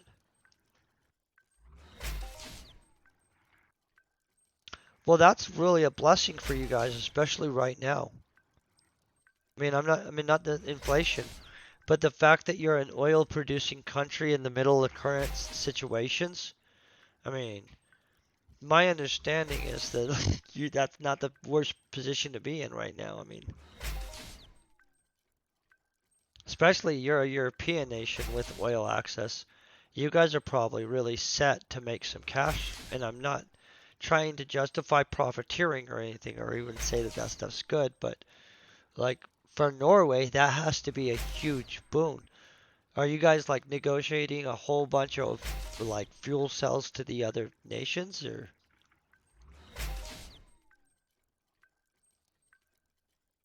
And honestly, globally, almost everybody's facing inflation right now, which is kind of ridiculous.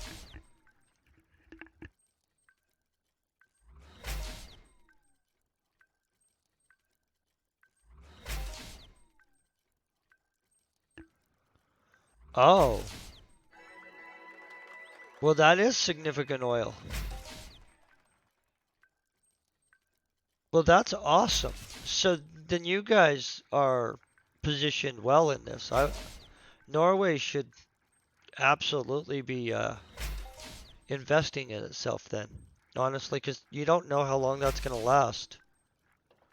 Like they should use that money really smartly. That's a lot of money though. That's enough money to make some decisions as a country, right?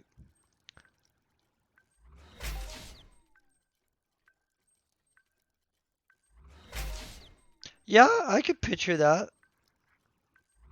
They should definitely make investments. Like I'm a mixed bag on investing externally to investing internally. Like I think you need a mix. I remember a long time ago. Oh, really? Yeah, Canada banned everybody from foreign investment activity because their housing market was overloading and they couldn't it was basically blocking out Canadians from access to the housing market. And so they went and passed a law to block foreign buy-ups. Which, by the way, they're a very stable market. It was a good decision for companies that were doing that to do that. If you think about it, Canada is not about to jump into a beef with somebody this second, for sure.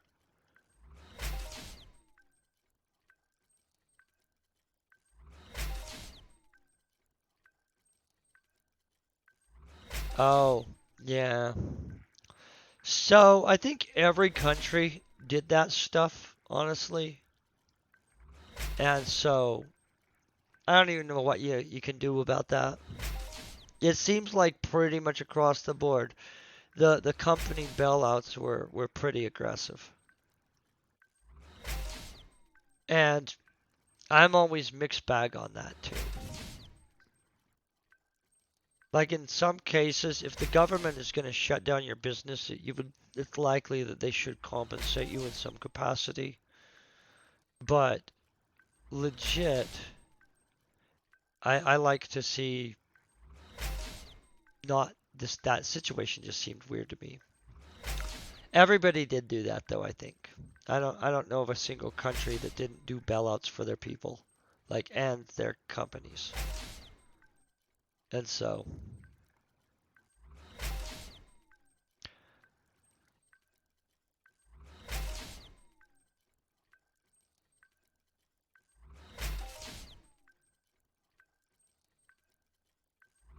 yeah.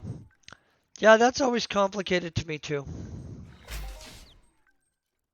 I think that the state sometimes invests well in some cases, and I don't know about Norway. Norway might be really smart with its spending. I'm going to let you know that my opinion is that our government in America is the worst decision maker with money ever. Like they're not good deciders. Like they buy bad assets.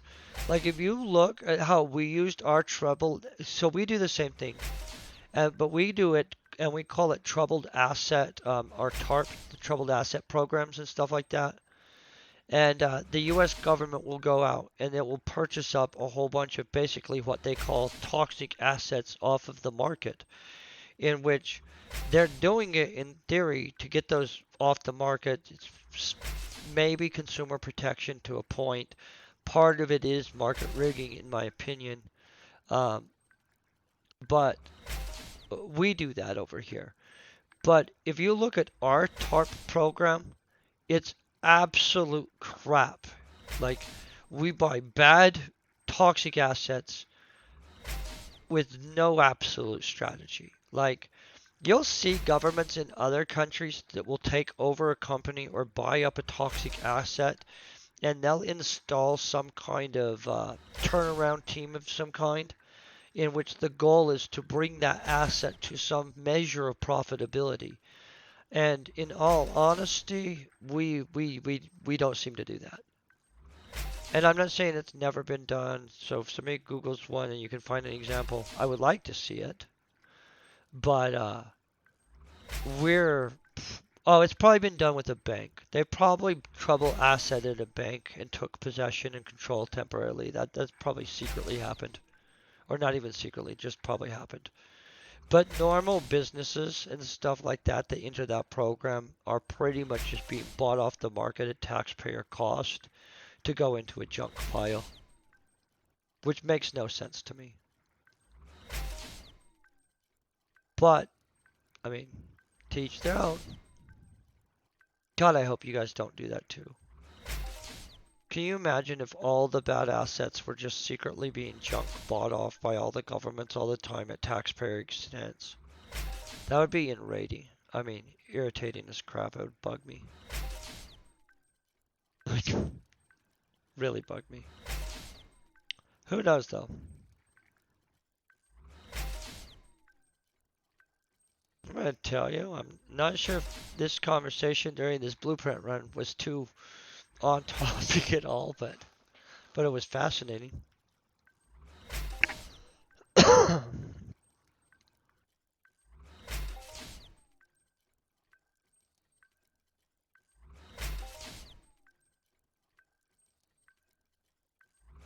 Yeah, no, I'm horrible about staying on video topic, honestly.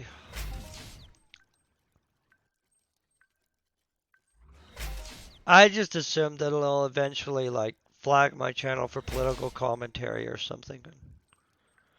Then I'll have to be like something, I don't know.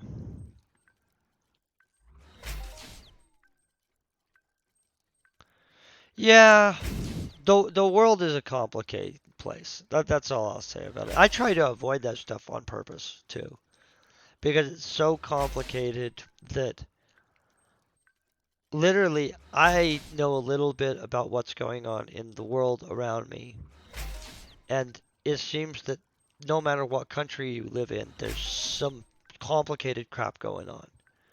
And so literally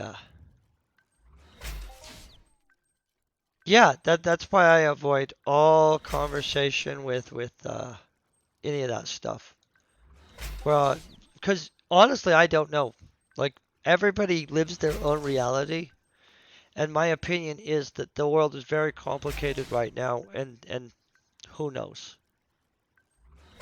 But you can get flagged on so much stuff anymore for just on YouTube or Twitch, either way, that it's just really hard to avoid all conversations that could lead anywhere with any intellectual idea of any capacity, you know what I'm saying? Without just shutting everybody down from having the ability to just voice their thoughts. In which I am a big believer of the best thing you can do is have more speech, not less. And so, but, you know, teach their own. This does look good though, doesn't it? Oh no, you should just enjoy life. No crap. Because you literally don't know. Like, at all. And you'll have a better life if you just enjoy it. That's why one day I'm gonna go to Lyon, France and eat a bunch of ridiculously good food. It's gonna be epic. I don't know how epic yet, but I assume super freaking epic. I am. I wanted to go over to Europe. I had a bunch of friends that went and backpack Europe a few years ago, and I didn't go because I was literally in school forever. And yeah, I literally think that it was a massive miss of an opportunity in which at this point I've got a ton of projects going on and stuff, and so I don't have time. But as soon as I finish up as many projects as I can, which is sad to say, uh, legit, I wanted to first go back east because I've never really been hardcore back east in America either. And I wanted to go and see places like some weird places probably, but like get food in New Jersey. Basically, I want to get food a bunch of places. That's basically it, guys. I want to go to Maine and get some lobster and stuff and whatever else they do over there. I heard their seafood's really good. And then I think I need to go to Florida. I've been to Texas, but I would straight go back there. I had some amazing food in San Antonio. And then I want to go to Europe and a bunch of other places, but like realistically, I have to pace myself and realistically, I have to actually develop much more income to support all this theoretical stuff I want to do. But you never know that you're going to get the opportunity to do that later. So at this point, you know, I'm basically waiting for things to calm down.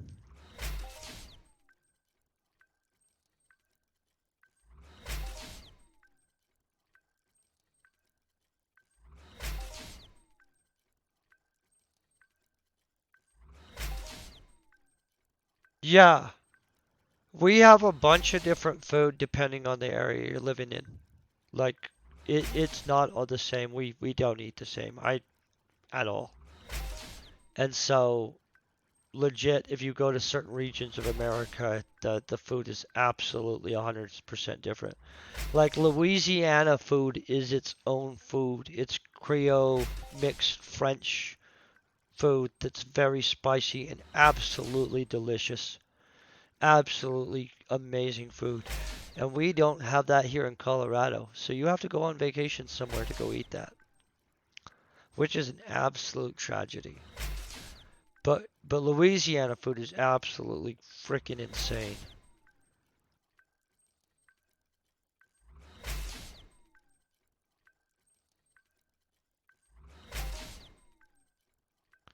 Yeah, that's kind of what I was gonna do is next year go on a just go into see places in America that I hadn't seen because it's a big place. It's not like the size of. Do you guys know what blows my mind? And I know this is gonna sound sad. Do you know Africa is freaking massive? I mean, most of you guys probably know. So on the globe, and I hope everybody's globe. I hope it's not just that we have a different globe. On the globe, America looks big, and it's a big place.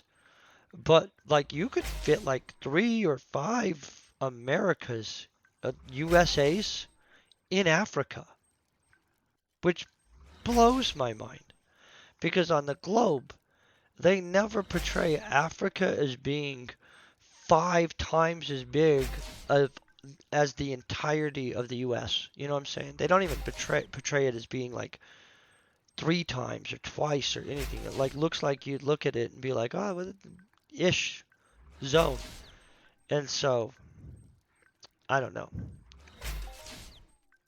I'm not quite brave enough to fly Africa yet and go on a trip to all of Africa. I'd have to very much research Africa to know where safe to go. That seems to be an amazingly neat region, but the stability is absolutely sad there. I wish they would. It looks like such a neat place to go if they would just be stable, but it's so big. Like just so big that you kind of almost can't expect all of Africa to be peaceful at one time. And I legit just like a few years ago learned how big it was. I had no idea. Is it really? See, that's the thing. By the way, these Laguna leathers or Longu, however I'm gonna say it, they're pretty common. I'd have to save up a big stack to be able to sell them. And likely I'd have to sell them in my store. I wouldn't want to actually sell them in Is it on the globe or did they distort it? Because I didn't realize until just a couple years ago that the globe was absolutely inaccurate as crap.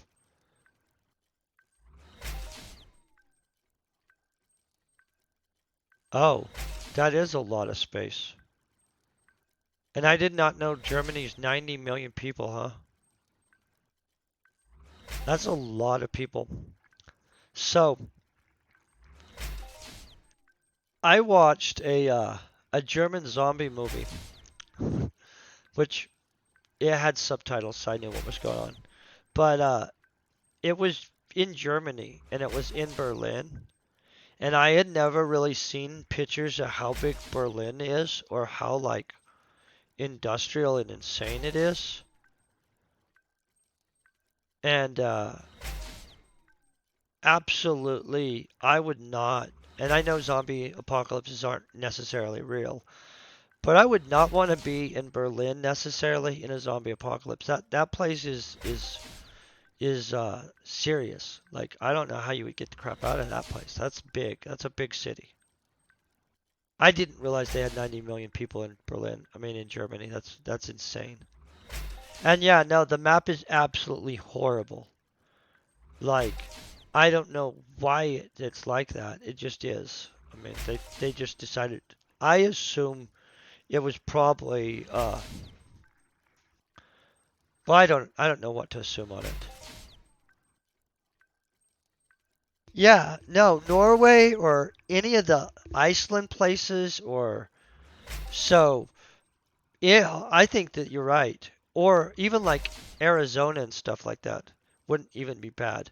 Because in theory, you would think if you were in a super hot desert area, the uh, the zombies would just dehydrate and fully desiccate themselves and just wouldn't be able to move within only a few days. You know what I'm saying? Because they would just lose all their water. And I'm not sure how it would work, but I like to think that's what would happen.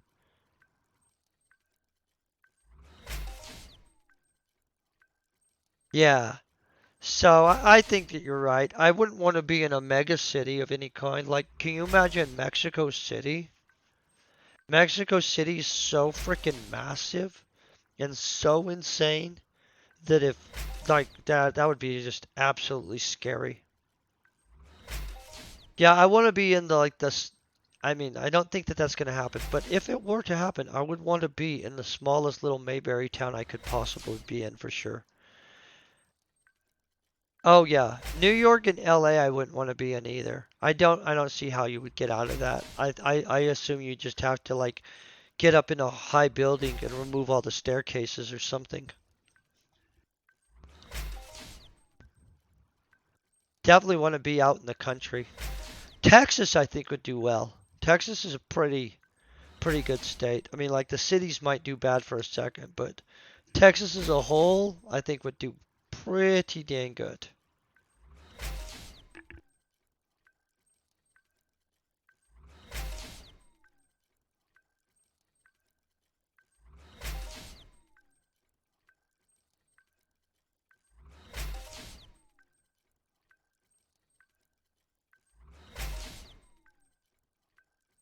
Yeah, Minnesota for sure. You'd be fine in Minnesota.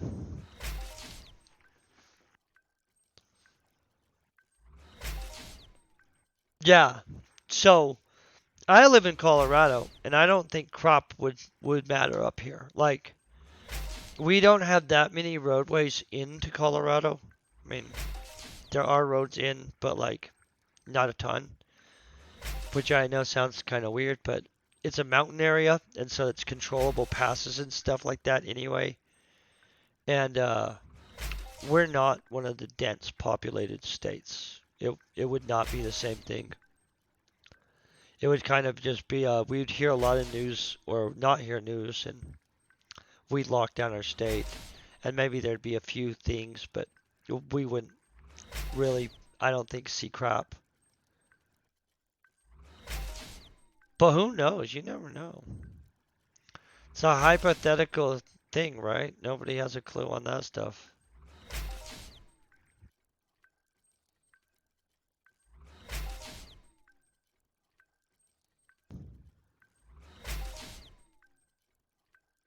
I think mankind's fascination with zombies is neat, though. I've always been fascinated. I love zombie movies. They're freaking just interesting. Like the ultimate portrayal of mankind, basically, and how it would behave if society broke down in a way.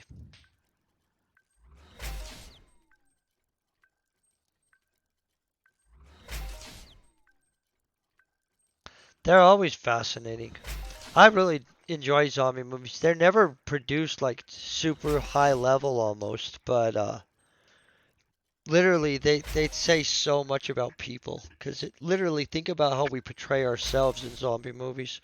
You always have the people running into that group of scumbuckets that is always just as big a threat as the zombies. You know what I'm saying? Like the zombies are a threat, but they're more of a backdrop to like how people behave. In which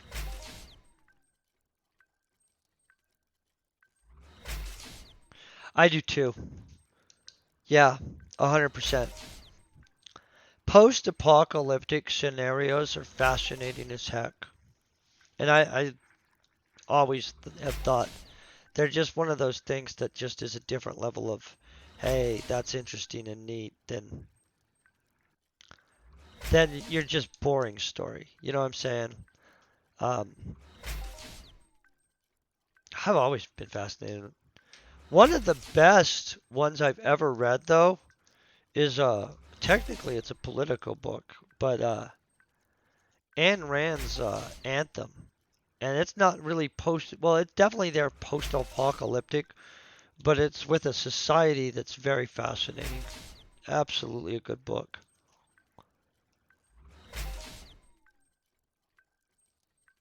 But yeah, post-apocalyptic society books or zombie books always are, or movies, super excellent. Oh, it's very short, like legit. It is an excellent book and super short. Like you'll it's different. Like it's written in a way that the language and the construction of even the conversations is different on purpose. And it makes sense by the end. I mean, I hate to tell you to read a book that's very short and by the end it will make sense.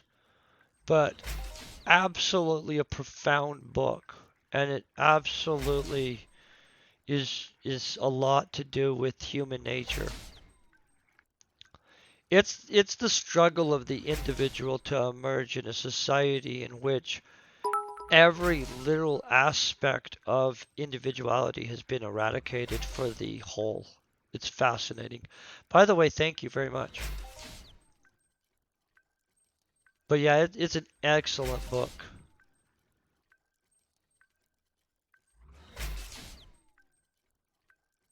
I think it might be on some banned lists in some countries, but I'm not really sure. I would have to look at that. It might not be. It is a intellectually internal book. We could. We have a considerable amount of clicky clicks.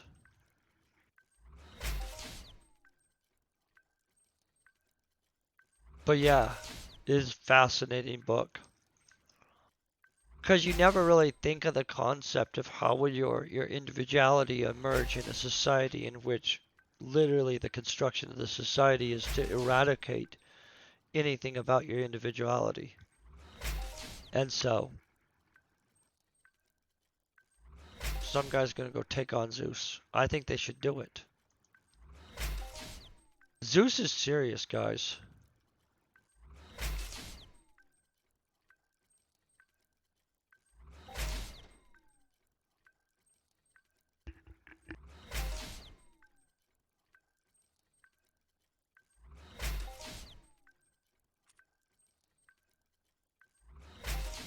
So yeah, it's for sure not. It's not a dumbed down book. It's super concise, super short, and absolutely fascinating in a weird way because it literally is the emergence of a guy's train of thought in a situation in which the situation in our perspective is probably absurd, but it plays out in a logical manner. It's not a Ayn Rand was actually a very profound writer. I mean, I don't even agree politically all the way with all the like the basic thoughts that she had or he had. Um, and I'm not even sure that way either way. I haven't looked into it. I just read a bunch of the books. But I do know that Anthem's absolutely fascinating.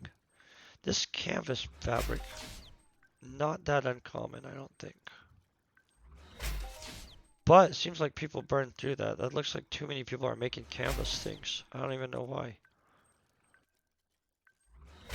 I like it when something isn't dumbed down and has some kind of deeper meaning to it than just a basic book. Um, for sure. At one point that was the goal, is to be profound, right? And so,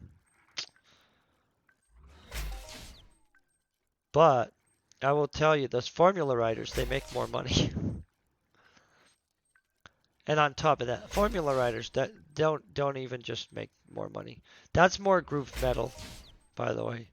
That's an absolutely cool blueprint too. We're killing on blueprints. Uh, they can just pump them out. They got a formula, honestly. And the superhero movies at this point, the superhero movies are backdrop often to other stuff. I mean,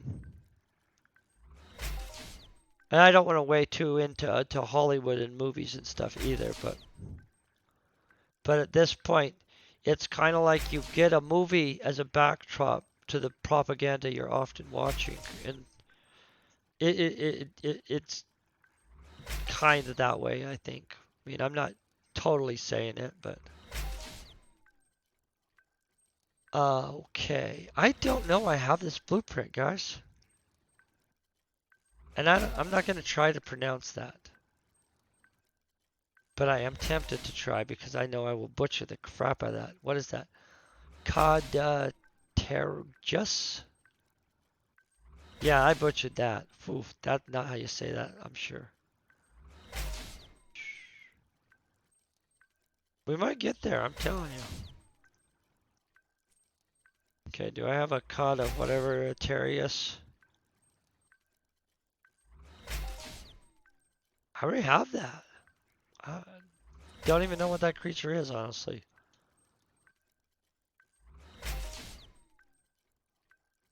Legit, no idea what creature this is. That has to be some Calypso creature. There are a lot of creatures in this game. And sometimes I forget about it for a second because I hunt repetitively the same creatures too much, I think.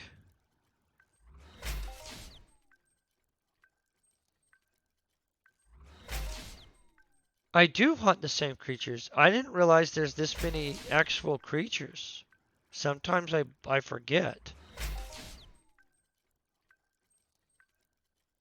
We'll have to hunt more creatures. I'm gonna have to go find more creatures to hunt. I've been just killing the crap out of basically the same ones, and honestly, I probably should do some research on some new creatures to go kill. But this is absolutely doing good for a blueprint run. And so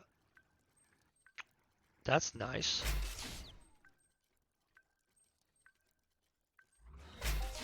Because we've had a couple blueprint runs that were just brutal on us. Like that, they weren't being nice with the blueprints at all.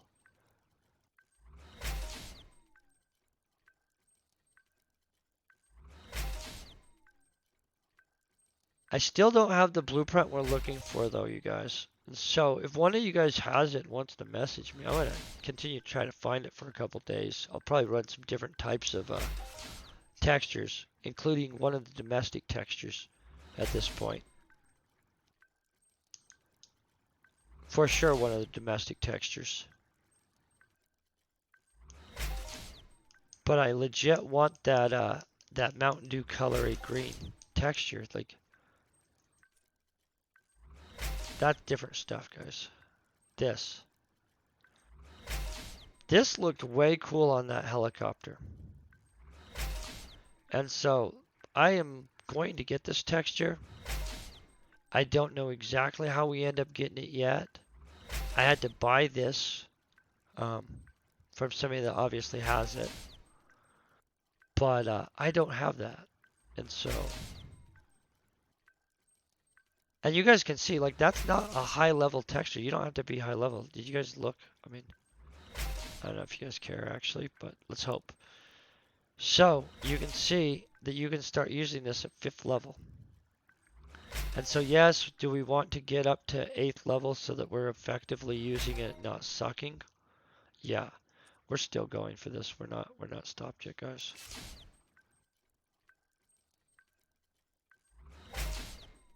Burn that whole thing up. We're trying to get that still. But I do want this.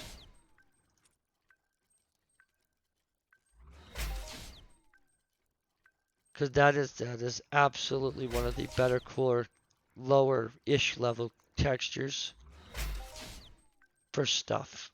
I think I could make a way cool car with that. Probably, I'm going to need to make something cool with it. I'm going to get rid of some of my older vehicles and retexture some new vehicles, I think, for myself. too, which is probably maybe wasteful, but it's definitely a consideration right now.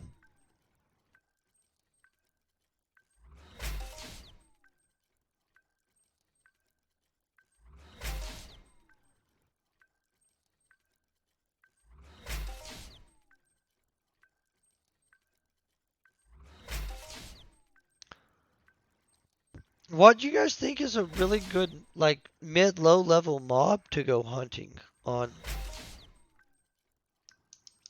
like, Calypso and stuff like that? Maybe I'll just start hunting random mobs. Not random. I'll look up the mobs. And we'll start looking at some mobs. It must be that sweat circle down there, Time. There's a sweat circle here on next island that's right down like off this thing if you jump off this treehouse thing. Which is not treehouse. I don't know what it's called, but cabana up in a tree. That's probably not cabana. I don't know what it's called. Fancy little bar place up in the tree. If you jump down from here though, there's a whole bunch of people. And I think that there's a SSI event down there. I haven't looked into it all the way, but there's usually a stack of people sweating some stuff, and I'm pretty sure it's an event. Almost daily. Okay, so a fern texture. I'm gonna be honest, I'm pretty sure I already have this too. Oh, we don't have to check it that way, we can just go up there.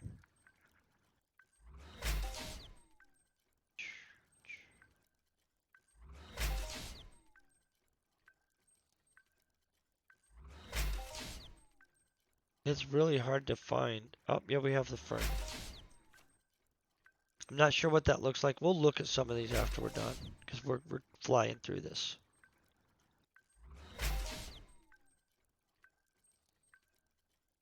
Plus, honestly, most of the wooden textures, you gotta actually, like, they come off of specific planets and stuff like that. You gotta really kind of look into it before you try to make them.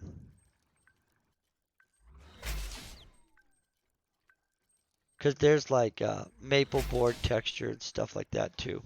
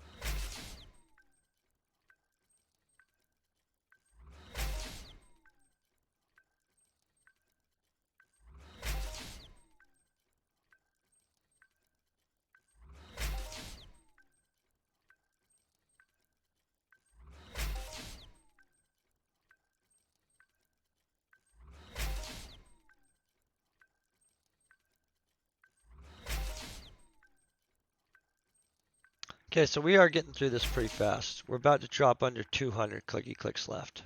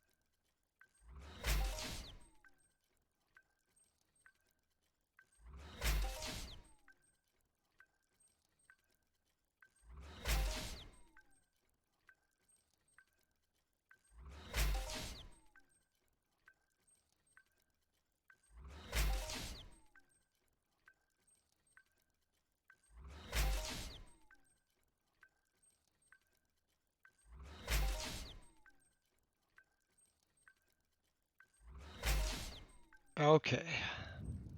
So, flip on this little thingy. And we're getting down to the end now. So now we can sit here and have coffee and it won't just be awkward for hours. By the way, I'm answering all PMs and stuff back after I end stream, of course. But I am legit gonna check those. So I hope you guys are having a kick butt day. Looks like we just dominate. There's a stink tree one. I already have that for sure. And so I don't even need to check that one. That's kind of funny. We can check it this way though. Obviously they happen.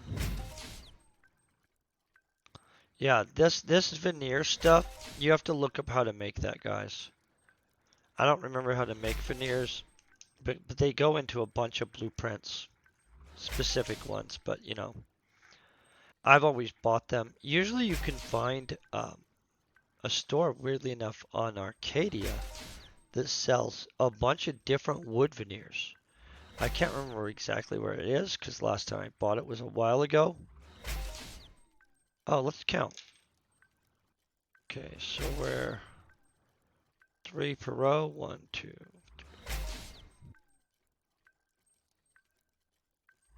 So that's 21, 22. We're at 22 blueprints. And so that's exceptionally better than normal, actually. It's not even better than normal. That's just really good.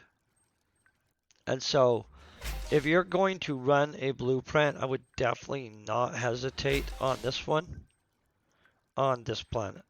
I actually have had good luck on this on a lot of planets, but this is absolutely dominated for the amount of... Actually, we got more than that. Some of these piles were double drops. So see, like that Combibo? So technically, I'm not really sure. So more than 21, like actual blueprint droppings. But 21 absolutely different blueprints at this point. And so that's absolutely, well, that's a lot of use of that word. That's a lot of blueprints. That I would consider that doing very well.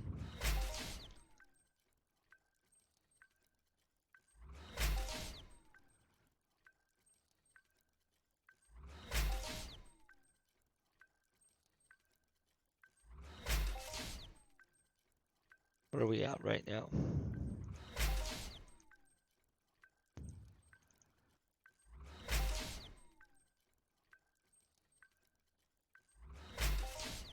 No, I'll look at that. I don't know what. Let's look at this right now. I don't know if I have TT profit on this, you guys. I would almost doubt it because these are super high markup. So it's 300% really realistically, right? Okay, so 1 penny. So I mean 3 peck per click, and then sorry.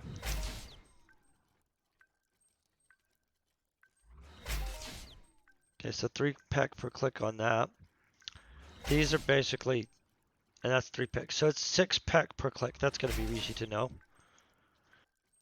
Okay, so we're at 6 peck per click. Okay, let's find out that.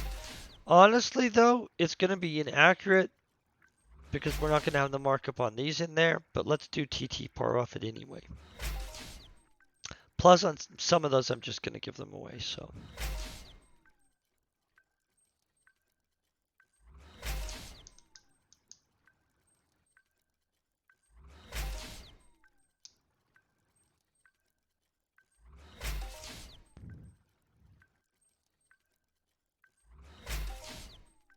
So we at least should be at 120 something pad in value.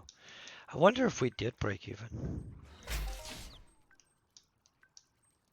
I'm going to be honest. I would doubt it. But it could happen.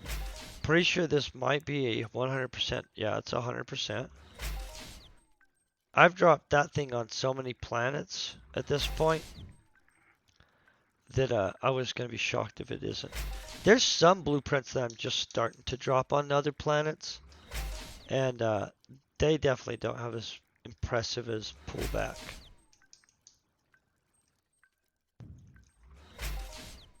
I should grab my phone so I can make sure to just calculate this in a calculator real quick.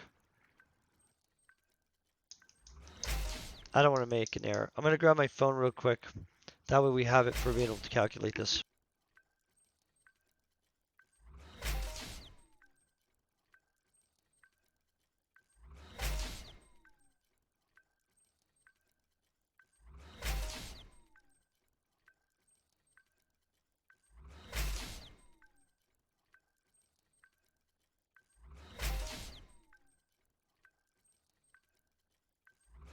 That way, boom, we will be on. We won't be confused.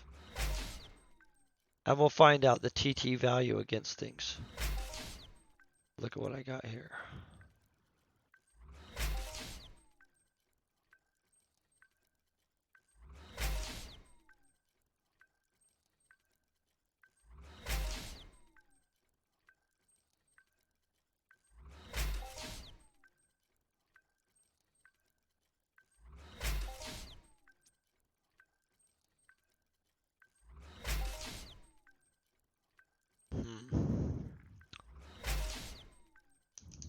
Well, when we get there, we'll know pretty fast.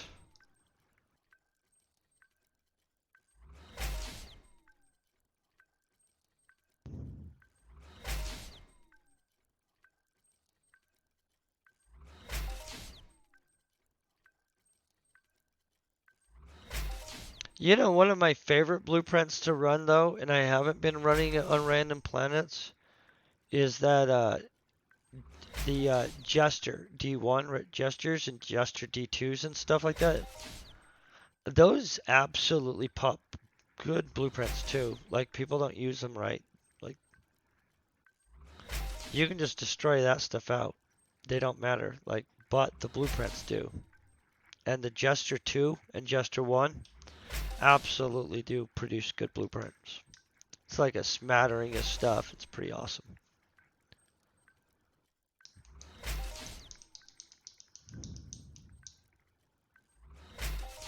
Okay, we're under 100 clicky clicks, guys. We're actually probably under that even. But who knows? Because you don't know the recycle amount.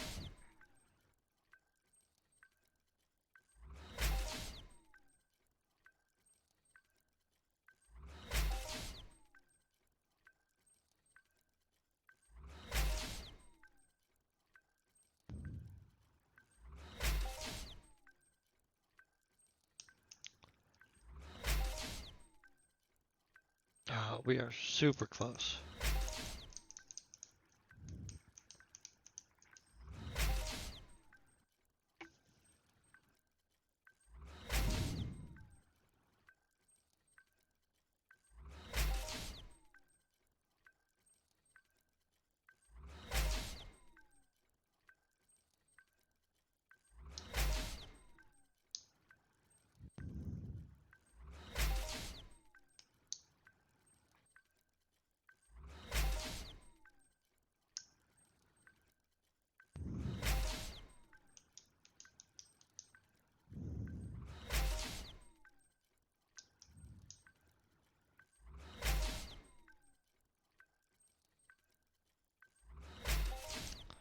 Cyrene is super fun. Cyrene's an interesting planet and it has a ton of ways to make skills. Like, I really do think Cyrene was done well. I think it needs bigger. Like, but honestly, I think that they should double the size of all these partner planets. I don't think that they gave them a big enough planetary area. But, you know, who knows? Cyrene is freaking super epic, though. Like, I tell people all the time, like, it's a really good place to go up your character. Like this is a good place too for specific stuff. All the planets, if you know their little thing and it matches what you're trying to do, that's more of that canvas. And which we found out that people use that canvas. I don't even know what, I've not seen somebody sporting the canvas look. So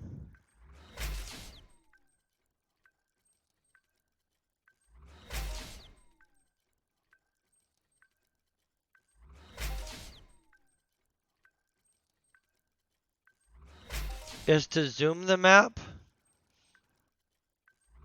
Well, what do you mean zoom the map?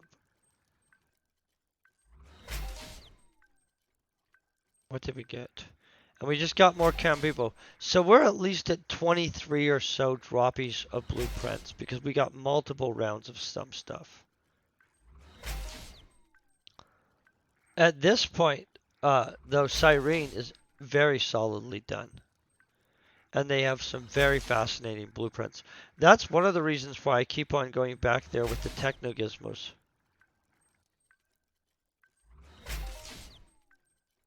Oh, yeah. Can you imagine that? Though, if it was like big and I just think that they should and I'm hoping when 5 comes out, or not 5, but when it comes out on Unreal Engine 5, that they actually do add something. But I don't know if they're going to. I mean, my hope would be the maps would get bigger so that there could be some new areas to explore and stuff like that, for sure, on each planet. Okay, let's look at this. Let's first add up what it cost us at 6 pec per clicky click. 0.06 times 2,101. Okay, so supposedly this cost us 126.66 pet. 41.6 is not perfect for what we'd like to see. 42.5 is really good, but that's actually pretty good. Oh crap, it says we actually made profit. Guys, even with the markup in there, that's profit. That's even if I added a 10% markup to what we had. We actually came out TT ahead is what it says. And so that's good. Let's add 10% real quick. 1.1. Okay, a 10% markup on everything from what we have would be 139.32, right? That's absolutely good. Yeah.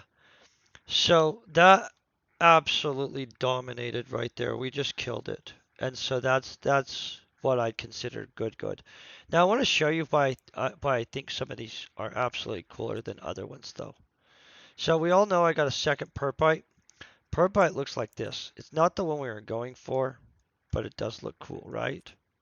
Here, let's do this. This is what's going to make more sense anyway.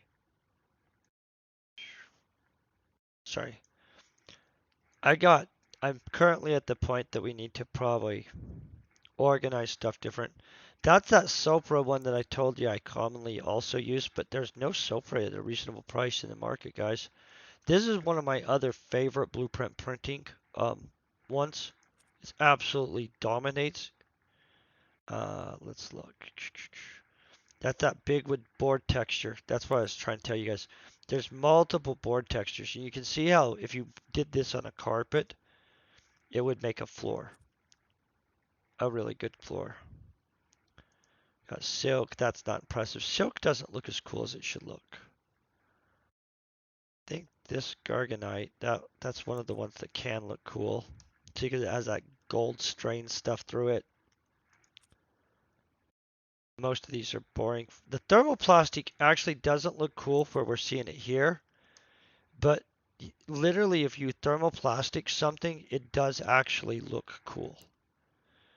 This, I don't feel that's doing it justice. That's really expensive if I wanted to run that. I've seen that in somebody's shop though, and it looked great. Terry cloth, I've ran that. That's normal. It's not exciting. These I've used to run to pop blueprints mostly. Let's look. None of those are exciting there, guys, by the way. This is that stink tree blueprint, and it's just more lined up in a pinkish version of wood, basically. Satin isn't that exciting. Rough metal looks like this. Honestly, that's not that. There's not that much texture there. The oxidized metal looks cool. Haven't actually seen it on something because I don't make it. I haven't seen it in somebody's shop, honestly. Let's see, out of these, um, these terps. By the way, the terp blueprint that looks cool as crap, right? And there's terp leather. So if you guys want to be grabbing the terp leather, that'd be cool. That one looks cool too. This is why I told you guys. You know, I said Tesla Pod blueprint is the coolest, and there's other cool ones, so I'll show them, and so you'll see that there are competitors. But this is why I was like, no, look at that. That's Tesla Pod blueprint. The texture. And honestly, I haven't got a chance to make that yet. I'm saving every bit of that up. I do plan on making it eventually. Reality right now, somebody else would have to texture anything that I want to texture with it. The brushed aluminum isn't as cool as it should be. This is the Quantinium or whatever it is. It's way cool, obviously. Kind of goldish. Some of this stuff's not that cool. Oh, this Tantillion is cool though. Look at this. I think you could make like a Crocodile Dundee type hat with that. I don't know why I think that. There's copper. Copper looks kind of copperish. It should be more metallic in my opinion.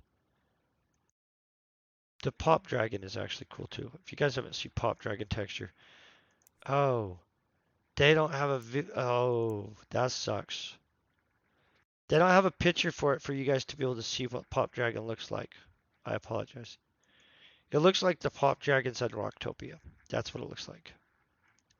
Chrome, which I think is my highest level current texture, I have never actually seen. Like, honestly. There's Ospra's pretty normal. Looks like Ospra. Vita looks kind of cool. I think, or is it Kaz? It's probably Kaz. Yeah, it's Kaz. Sorry, guys. That looks neatish. But there are obviously a lot of textures. I'm going to try to find one of the ones that I think is comparably in the same level as um, the Perpite and the Aquarian. No, that's not. And the Tesla Pod. Oh, skulls. This is in the same level. So 8 to 11.3 level. That looks cool as crap, right? I would say so. Red overlapping. This is insane cool, right? And then I think Ancient Moroccan's kind of neat. Not as cool as some of the other stuff. The Daisy one, if you were making something for a girl, might be way cool. It's actually not high level to even use it, obviously. Uh, the gold flower is definitely good, and Jelly Baby. Gold flowers like this is fancy as crap, you guys. Don't have to be any high level to make it. Diamond textures like that, I don't think it should be, and I'll tell you why. Because the rose texture is like the playing card roses, and so the diamond texture should, in my mind. There's red roses though. I have red rose too. That texture is really hard to find. So we'll probably within. This is absolutely a cool texture too. This is a low level texture, and almost nobody knows or has this one. And this is just off those little halexes and stuff. I think Jory is the red one. Oh yeah, this is Jory. This looks cool as heck too. It's a good texture. And so there are absolutely a ridiculous amount of textures in this game because I don't have all of them by far, by a very far amount. That girl's armor matches my thing. I don't even know what armor that is, but that's cool. That's all I have to say about that. Okay, well, I will be back. We'll be attempting to still get the blueprint I'm after on another day of texture runs in which we run a different texture in search of the right blueprint that I came for. I do hope you guys have a great day. Before I go, though, I want to make sure that I take the opportunity to set this up to switch over to somebody else that is actually playing Entropia. Huh, I don't know this person. This should be interesting. They look very happy and smiley. Let's hope that they are. Okay, so I'm sending you guys to somebody. They have an active stream. It looks like they're hunting, and it looks like they're hunting in some kind of stream team. I hope you guys have a blast and an amazing day, and I'll see you later on. Peace and very best wishes.